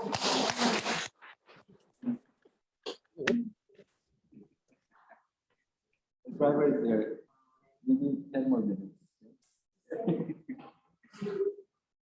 All right. Well, thank you so much. That was Marcus, right? Marcus, I think. All right, thank you. And it was really awesome. It was so awesome to hear from the kids. So our next part, if we're still okay to do this, where we've got a directional words activity. Okay, Emerson's got a thumbs up. Sorry, Emerson, I know it's like middle of the night. So it's Emerson and Paulina. Yeah, really excited about this. So if you weren't here, I think everybody was here. We know Emerson and Paulina as our colleagues from Prel. So I'll let you guys take it away.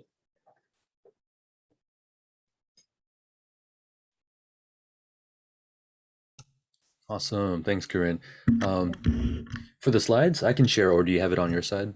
Poon's got it for you, but Awesome. it's up to you. You want to have her do it? No, that'll be good. Thanks, Poon. Okay. Appreciate it. And checking in with my partner, Pauli. Muino ka na? Yay, ngang. Ay, nakuliso. We're not, Pauli, I'll let you get us started. Emerson, can we go on to the second slide first, because we never got a chance to send it out to the participants, you know, to look, take it as an assignment or homework. So just we'll give them 2 minutes to look through this, think about their answers, and then we'll come back to it.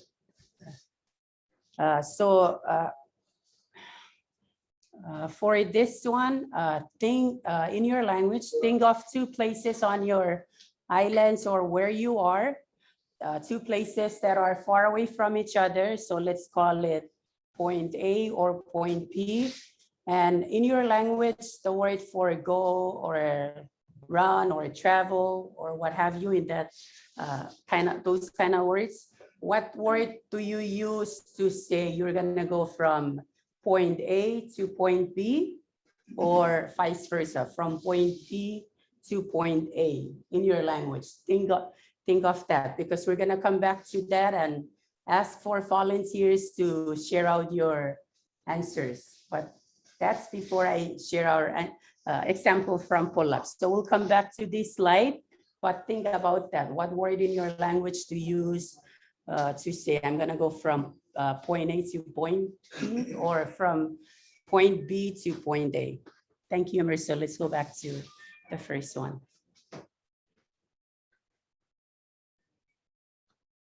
So an important part of exploring geoliteracy is looking closely at how language encodes the way we think about the world, or how we interpret materials or tools that orient us, for example, like maps or globes.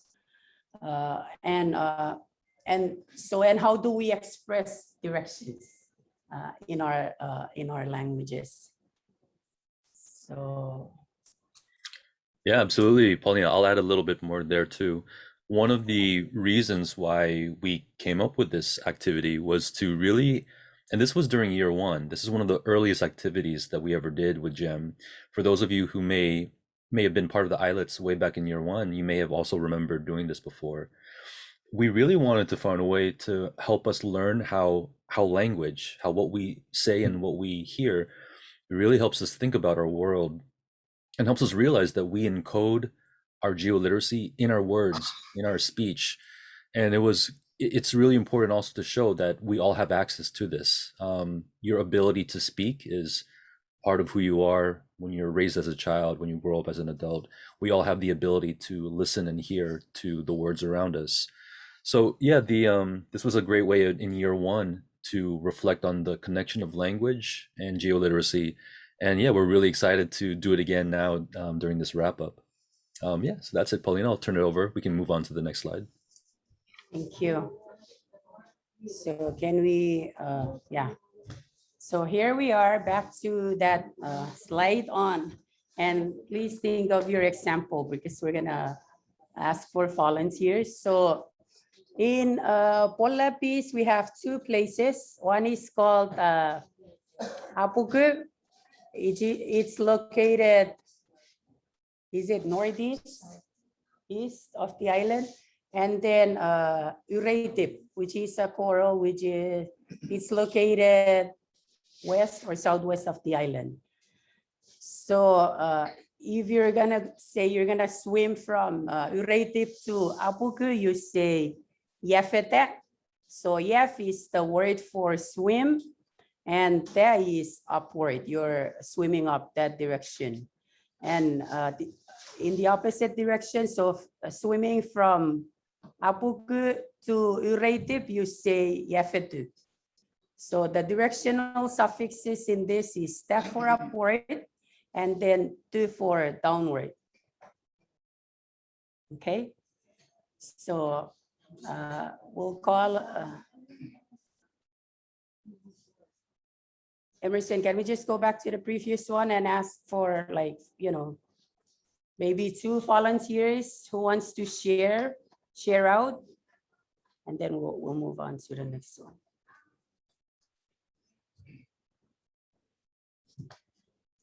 Anyone hear me? Yes, go ahead. If I'm using the beach as route, which I normally do when I cruise around the island, traveling from south to north will be Hawelong, Haweo. Hawelong, Haweo. Hawelong going to north, Haweo going to south. Okay. So long is your directional for Yes. going north, Wo for south. Okay, Hawelong, how? Anybody wants to share?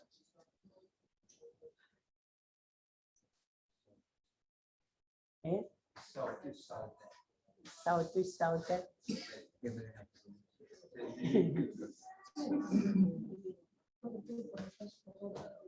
You can drop your words in the chat box if you want.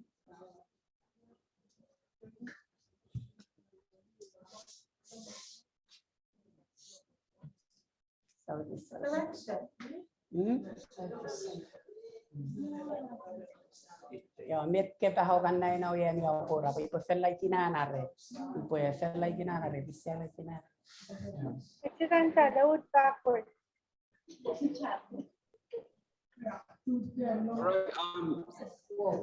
very fortunate to have Teresa Kitchener with us. She's one of the linguistic person. Ponpe, can you read out what's on your paper? Oh, Pompe. Okay. All right. Right, okay, we picked 2 points. One is Nanmatol. It's on the eastern side of the island. And Colonia, where we are. So if we are in Colonia and going up to Nanmatol, we say Ko Tala. Ta is up and La. There, up there. And then if we're coming down from there, it's Koti, Ti means down, La, Koti La. And then we're going to use others, like we can, Sapal means walk up there, Sapal Tala, Sapal Tito, or swim, Paptala, Paptito, or riding on a car, Changatala, Changatito. Right. But we can also add other suffixes at the end of it. If you say, now go ahead and go, you can say, Kotilala. Yeah. Yutapalatala. It means now, you go ahead. And Kotalala. So when got confused, you know, you can add on suffixes and, you know, depending on time and location. Thank you.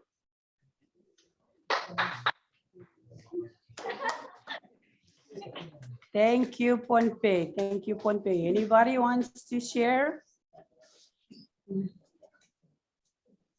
Are we good? Okay, RMI will share when we're teaching our youngest learners directions. So Ishiwata and I will play a simple game that we play with our little ones to teach them directions. So it's like a finger play or a hand play. I really don't know what's the English version, but we call it chugu chugu wawa. So Ishio, we will demonstrate. I don't know if you guys can see.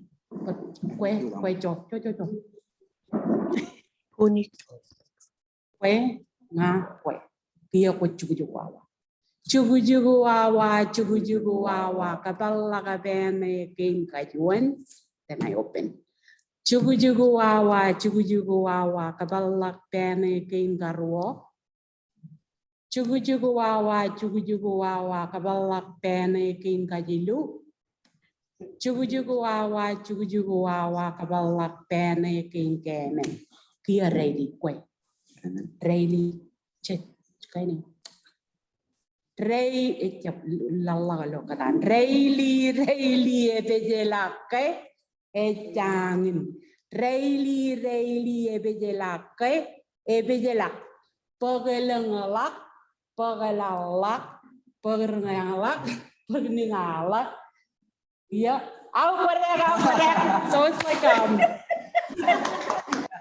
it shows the movement for going the words directional words for going up and down and to go side to side. Just a simple way to teach the little ones how like directional words. We usually do those kind of hand plays with them. Madam, can you repeat the directional words? So, pagalangalak, lung is up. Pagalalak, lal is down. Pag rengalak, pag ningalak.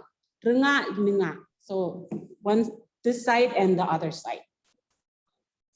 Wow. North, south side and the okay, north. that's it for RMI. Thank you. Thank you, RMI. Thank you. Wow. That's a very interesting one. You know, you play it as a game to teach direction. Emerson, can we move on to the next slide?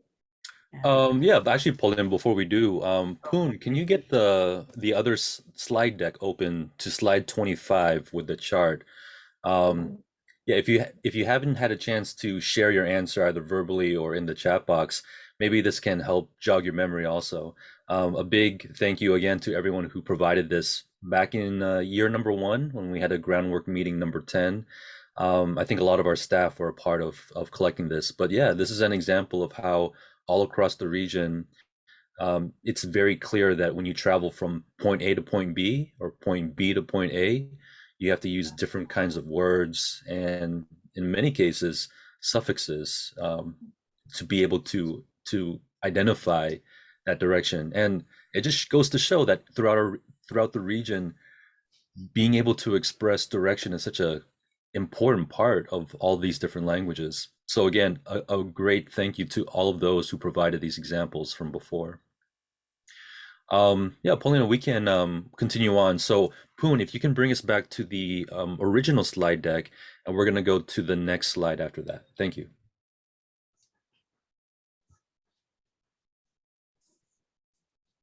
Okay, everyone, please take a look at the map on this slide. And this is map of the Chuk Lagoon Islands in Chuk.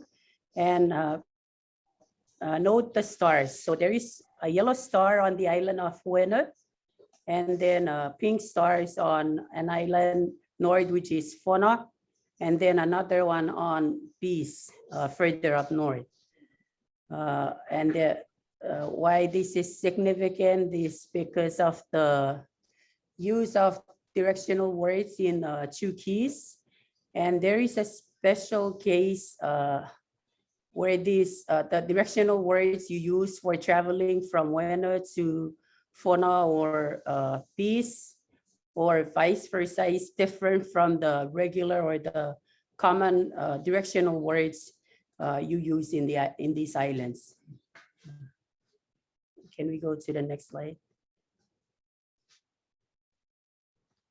So if you're traveling from Wena to any nearby islands in the lagoon, the word you use is sera or sere. So for example, if you're gonna go to Toroas, Fifin, or Perem, the common one is sera or sere.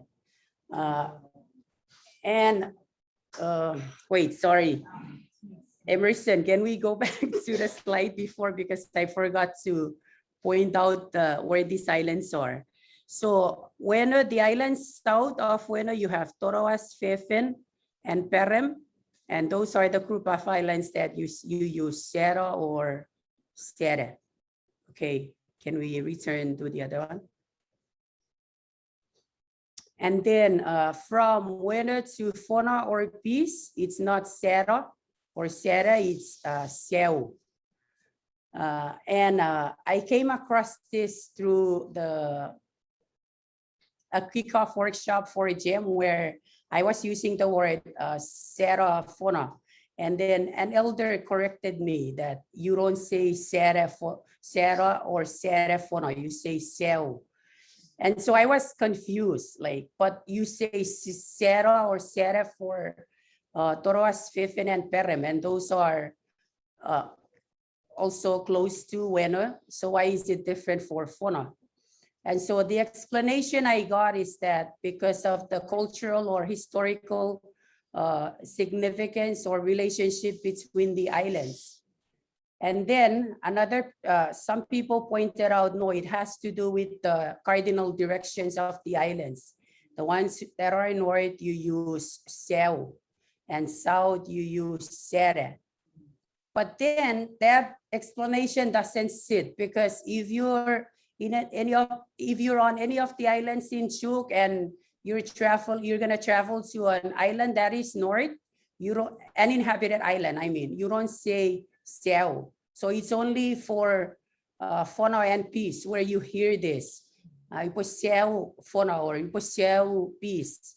Or the other way around, Ipo Serong Were from Peace or Fona. And so I delved deeper into this, asking several elders. And so what they pointed out is, again, it goes back to the historical relationship between these islands, two islands to Wera, the administrative center. So for them, the word Fona is there. The name Fona comes from this word, which is foreri, means to raise or to nurture a child. And then peace, again, it refers to your child. You know, when you're putting your child to sleep and you're caressing or epicpc, that's the Chuukese word for that. So that's why for them you use Seu instead of Sera or Sere. And same thing goes for the small uninhabited islands. So like if you're on Wena and you're gonna go to one of the uninhabited islands, whether it's north or east, or you say Seu.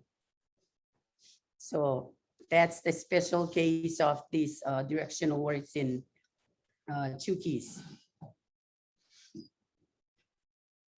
Next slide, please. All right, so I really appreciate Paulina to be kind of reflecting on that experience, right? In this project, she was able to explore and learn information about her own places, and to have been in the company of other people who were willing to correct her and give her examples. And what Paulina was explaining, I'm sure all of us, right? All of us have had that experience many times. So we really want to take this discussion of geoliteracy beyond just the ability to use geoliteracy, but actually, how did we get it? So how did you learn the correct usage of those directional terms in your languages? How do you teach it to others? It was really great seeing the Marshallese example of the hand game. So how do you teach it not just to children, but to other adults? So something like what Paulina had experienced. When you're in the company of other elders, when you are, even though you are an adult, you still are a learner. So how do we teach it? And also, how does this knowledge help you when you go to a new place? And by new place, it can just mean any other new place, like another island in the region, in the Pacific, or even when you go to a place like in the continental US where you're surrounded by land. Does your ability to think about direction, does that give you any kind of insight or skill into how you navigate a new place? So these are three questions here, and we actually want to turn this into a discussion. So any thoughts? Feel free to unmute or put in the chat box. Any responses to these three questions?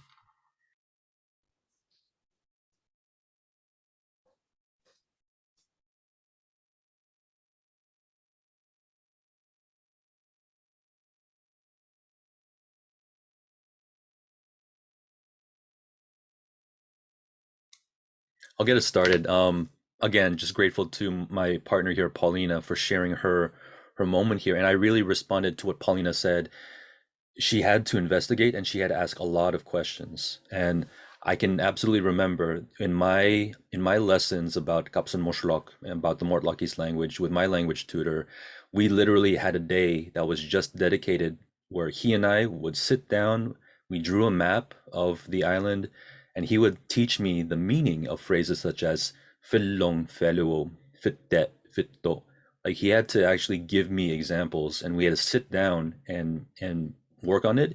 And he gave me assignments too. He told me, he would quiz me, he would tell me, go do this, go walk in this direction so that you can connect these words that we're learning to physical locations. So as an adult, I definitely had needed a teacher who was patient enough to teach me with the words of his language, how I could use it. So anyone else want to share out how you learned these terms? How do you teach it? And how do you use it to be in a new place?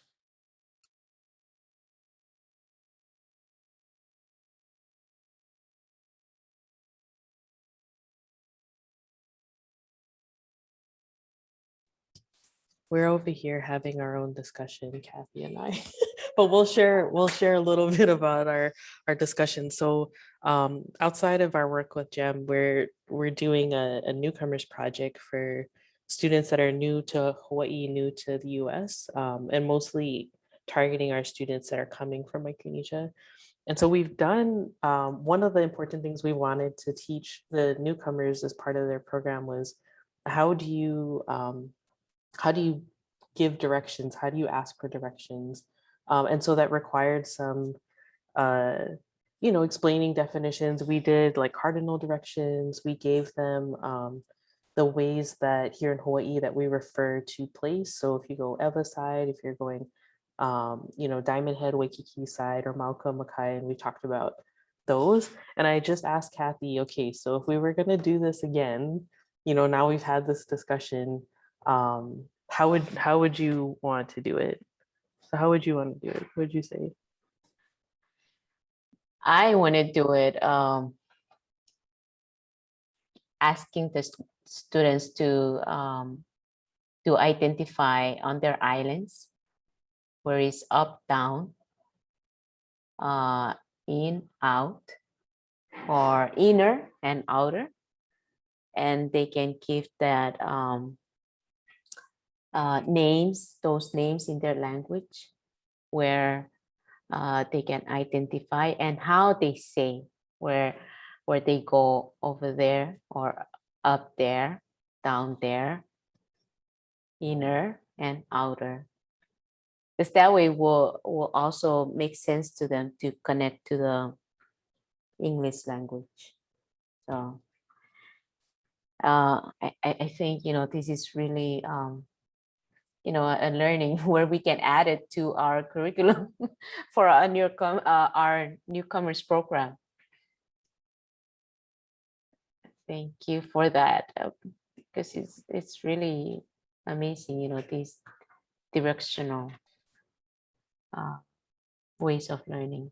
Yeah, thank you, Kathy and Corinne. Yeah, totally agree, right? That's another way of like building upon the existing assets of the kids, especially if they already know about directionality being a big part of how they express movement in their own language. Then they, that's like prior experience that they can connect to learning how do you talk about it now in a new place. Yeah. I'm just seeing in the chat box here, we got a comment from Kani. I grew up in RMI, so I still make mistakes in Pohnpeian directional words. Going up, kotala, or going down, kotila. Yeah, Kani, I mean, thank you for, kind of admitting that you're still learning, right? You're still in the process. We appreciate that.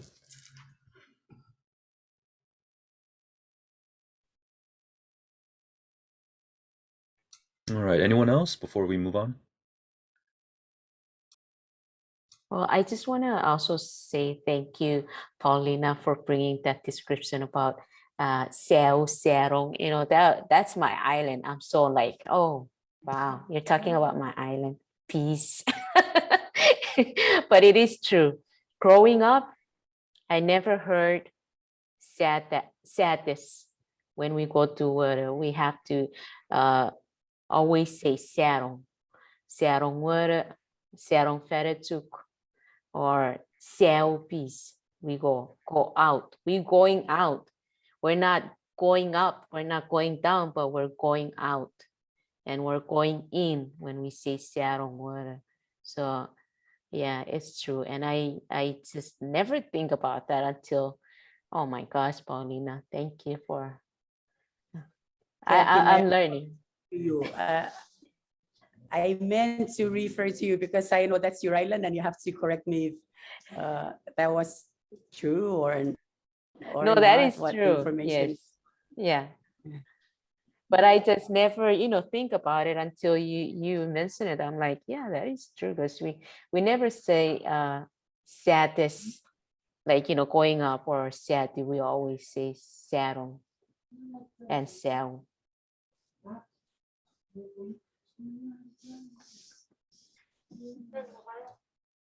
All right. Oh, go ahead, Vishwara, go ahead. Yeah, here in Majuro, we kind of said we're going to Rita or we're going to Laura now.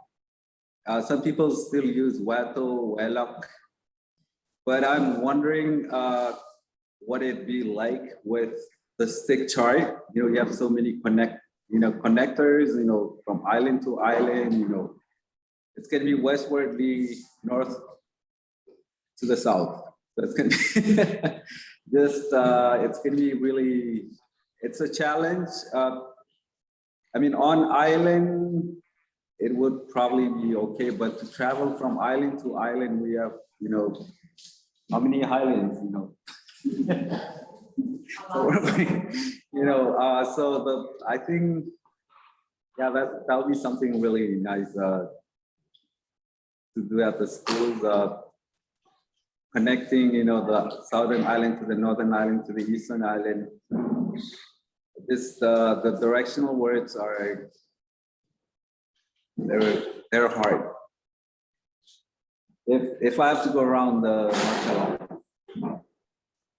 So in Majuro, we just say, like I would tell the taxi driver if I go somewhere to take me to that specific like shop or town. So take me to Marshall Island High School. But more people in the outer islands, they tend to use other words like Ningyangalak, Bagayangalak, Wadolak, Wadigulak, Wayarlak. Yeah, so that has to do with pointing to a place.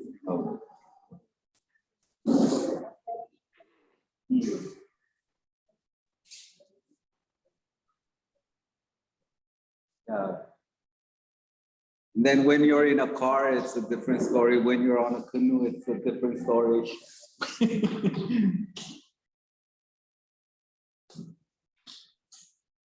When you're going out to the neighboring island, it's another language. Then we have the Rally Kratak, the eastern and western chain languages also. Southern and northern Rally Kratak.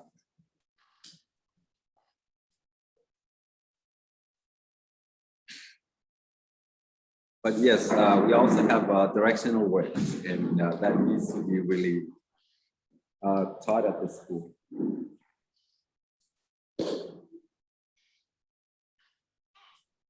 Yeah, thank you, Ishiwata, those are really great reflections. I really like that example that you gave about the taxi, because it makes me think also about the realities of being in a taxi in Puente and trying to, and when, especially when the taxi driver is Mortlakis, and I'm like, what directional word am I going to use here? If I'm in Soques, but I need to go to Colonia, or if I'm in Colonia, I need to go to Palicur. And what you learn in an outer atoll, it doesn't directly apply. So the only way to learn is it's almost like learning again. I have to learn from the people in Soques. How do they talk about their own directions when traveling? Same thing when you go to just other places. So I think that's part of it too. We have this vocabulary of what we already know, and then we have to maybe adapt it a little bit depending on our vehicle, depending on our location, depending on the island that we're on. And I think that's part of the a part of the bigger point that Pauline and I were thinking about in this final discussion. Poon, if you can go to the next slide. It's the basic idea that geoliteracy, well, I'll start with the third point here. Geoliteracy is lifelong learning. I don't think anyone would ever say that you're done learning the geoliteracy of your place. We're always still learning. Even I would venture to say, especially and Musala Tiroan, so Simarit ko, my apologies to those who are more knowledgeable than us. I would venture to say that even the elders would admit that they too are still learning from each other and with each other. So geoliteracy has to be acquired. We need to be intentional teachers of geoliteracy, especially to our children, especially to our colleagues, and maybe sometimes even to our elders. If our elders didn't know or they didn't learn it, but we have now learned something, we need to share it with them as well. But yeah, it just goes back to that third point. Geoliteracy, it's never done. The world is always changing around us. Our communities are changing, so we too need to change and always be learning, because yeah, it will never stop. Paulina, anything else to add? No more from me. Thank you, Emerson.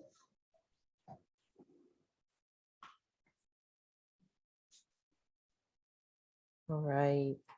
Thank you, Emerson and Paulina. Thank you. We're so lucky to have language specialists on our group, on our team. Thank you. And yeah, I'm so excited that, we're building community. We've been building community to learn geoliteracy from each other and continue that lifelong learning. This is good. Yeah. All right, you guys. And thank you for both of you for staying. We're long past the time that we had scheduled you to be on. So especially Emerson. Thank you. All good. Really appreciate it. Thank you. All right. So this is the part where we're getting close to the end, and we've got, if we're okay to stay a little longer, we can talk about a few more geoliteracy moments. I know typically it would be the Marshals, our team from the Marshals. Did you want to share any geoliteracy moments with the group?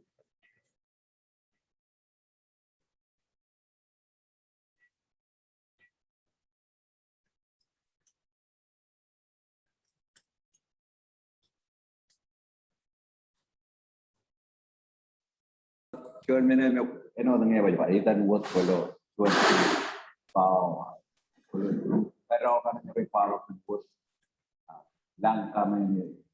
So any geo light bulb moments. This could be anything. Remember I talked about the sky yesterday, red sky. Do you have anything?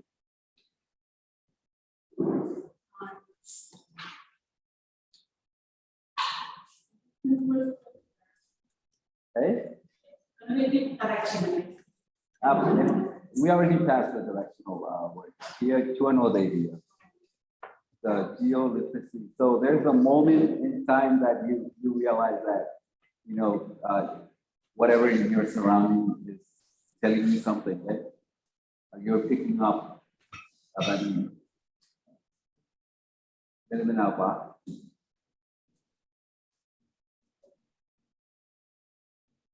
or they're telling me something,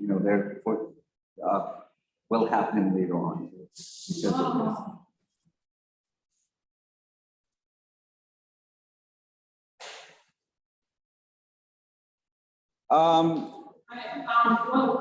Like when you're closer to land, you start seeing birds. Okay, man. Etan pa ako na Ellen.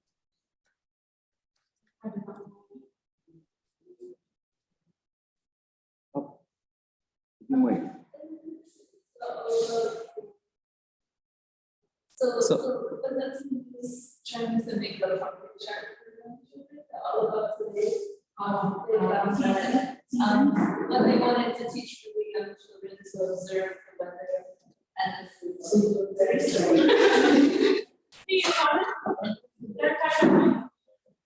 Come.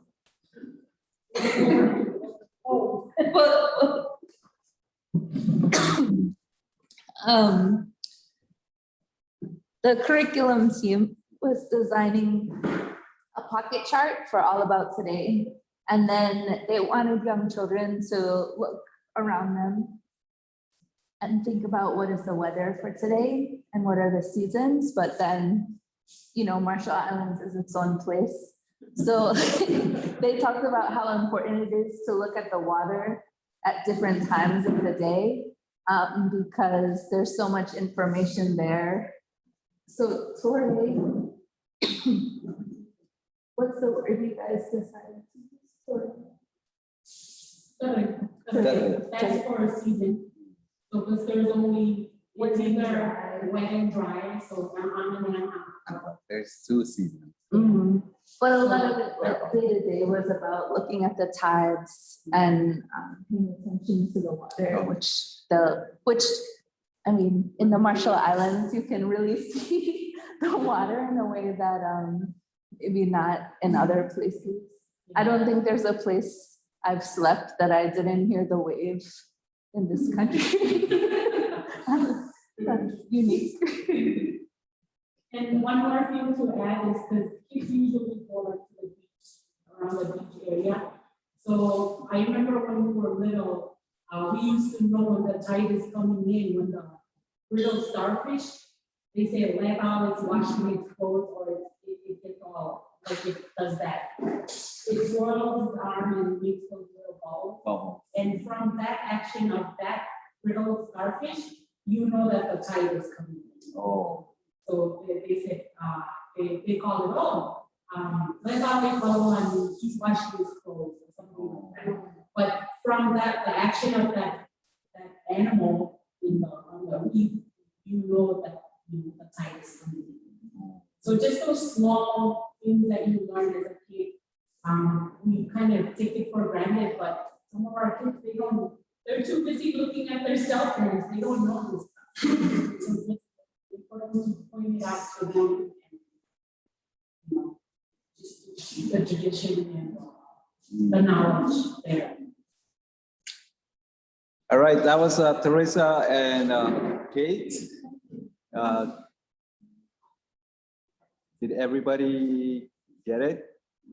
Brittle fish and their bubbles, meaning the tide is coming in and observing the waters, okay? Do others see those brittle starfish? Do you remember seeing something like that you guys had? Starfish? Mm. Yeah, I always remember seeing them when I was little. They pick them up. All right, thank you. Are there other others inspired to share their light bulb moment?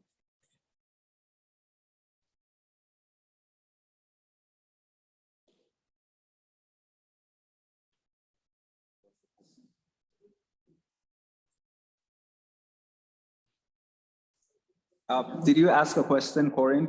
Yeah, checking to see if others wanted to share a light bulb moment while we're together.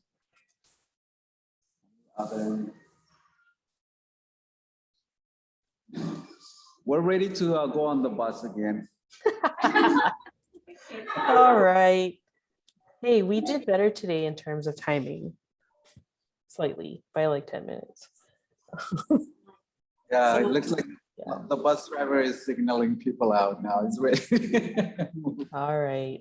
Well, we'll bring it to a close. So thank you for joining us today on day 3 of our GEM webinar series, Weaving Together Ways to Read Our Land, Skies, and Waters.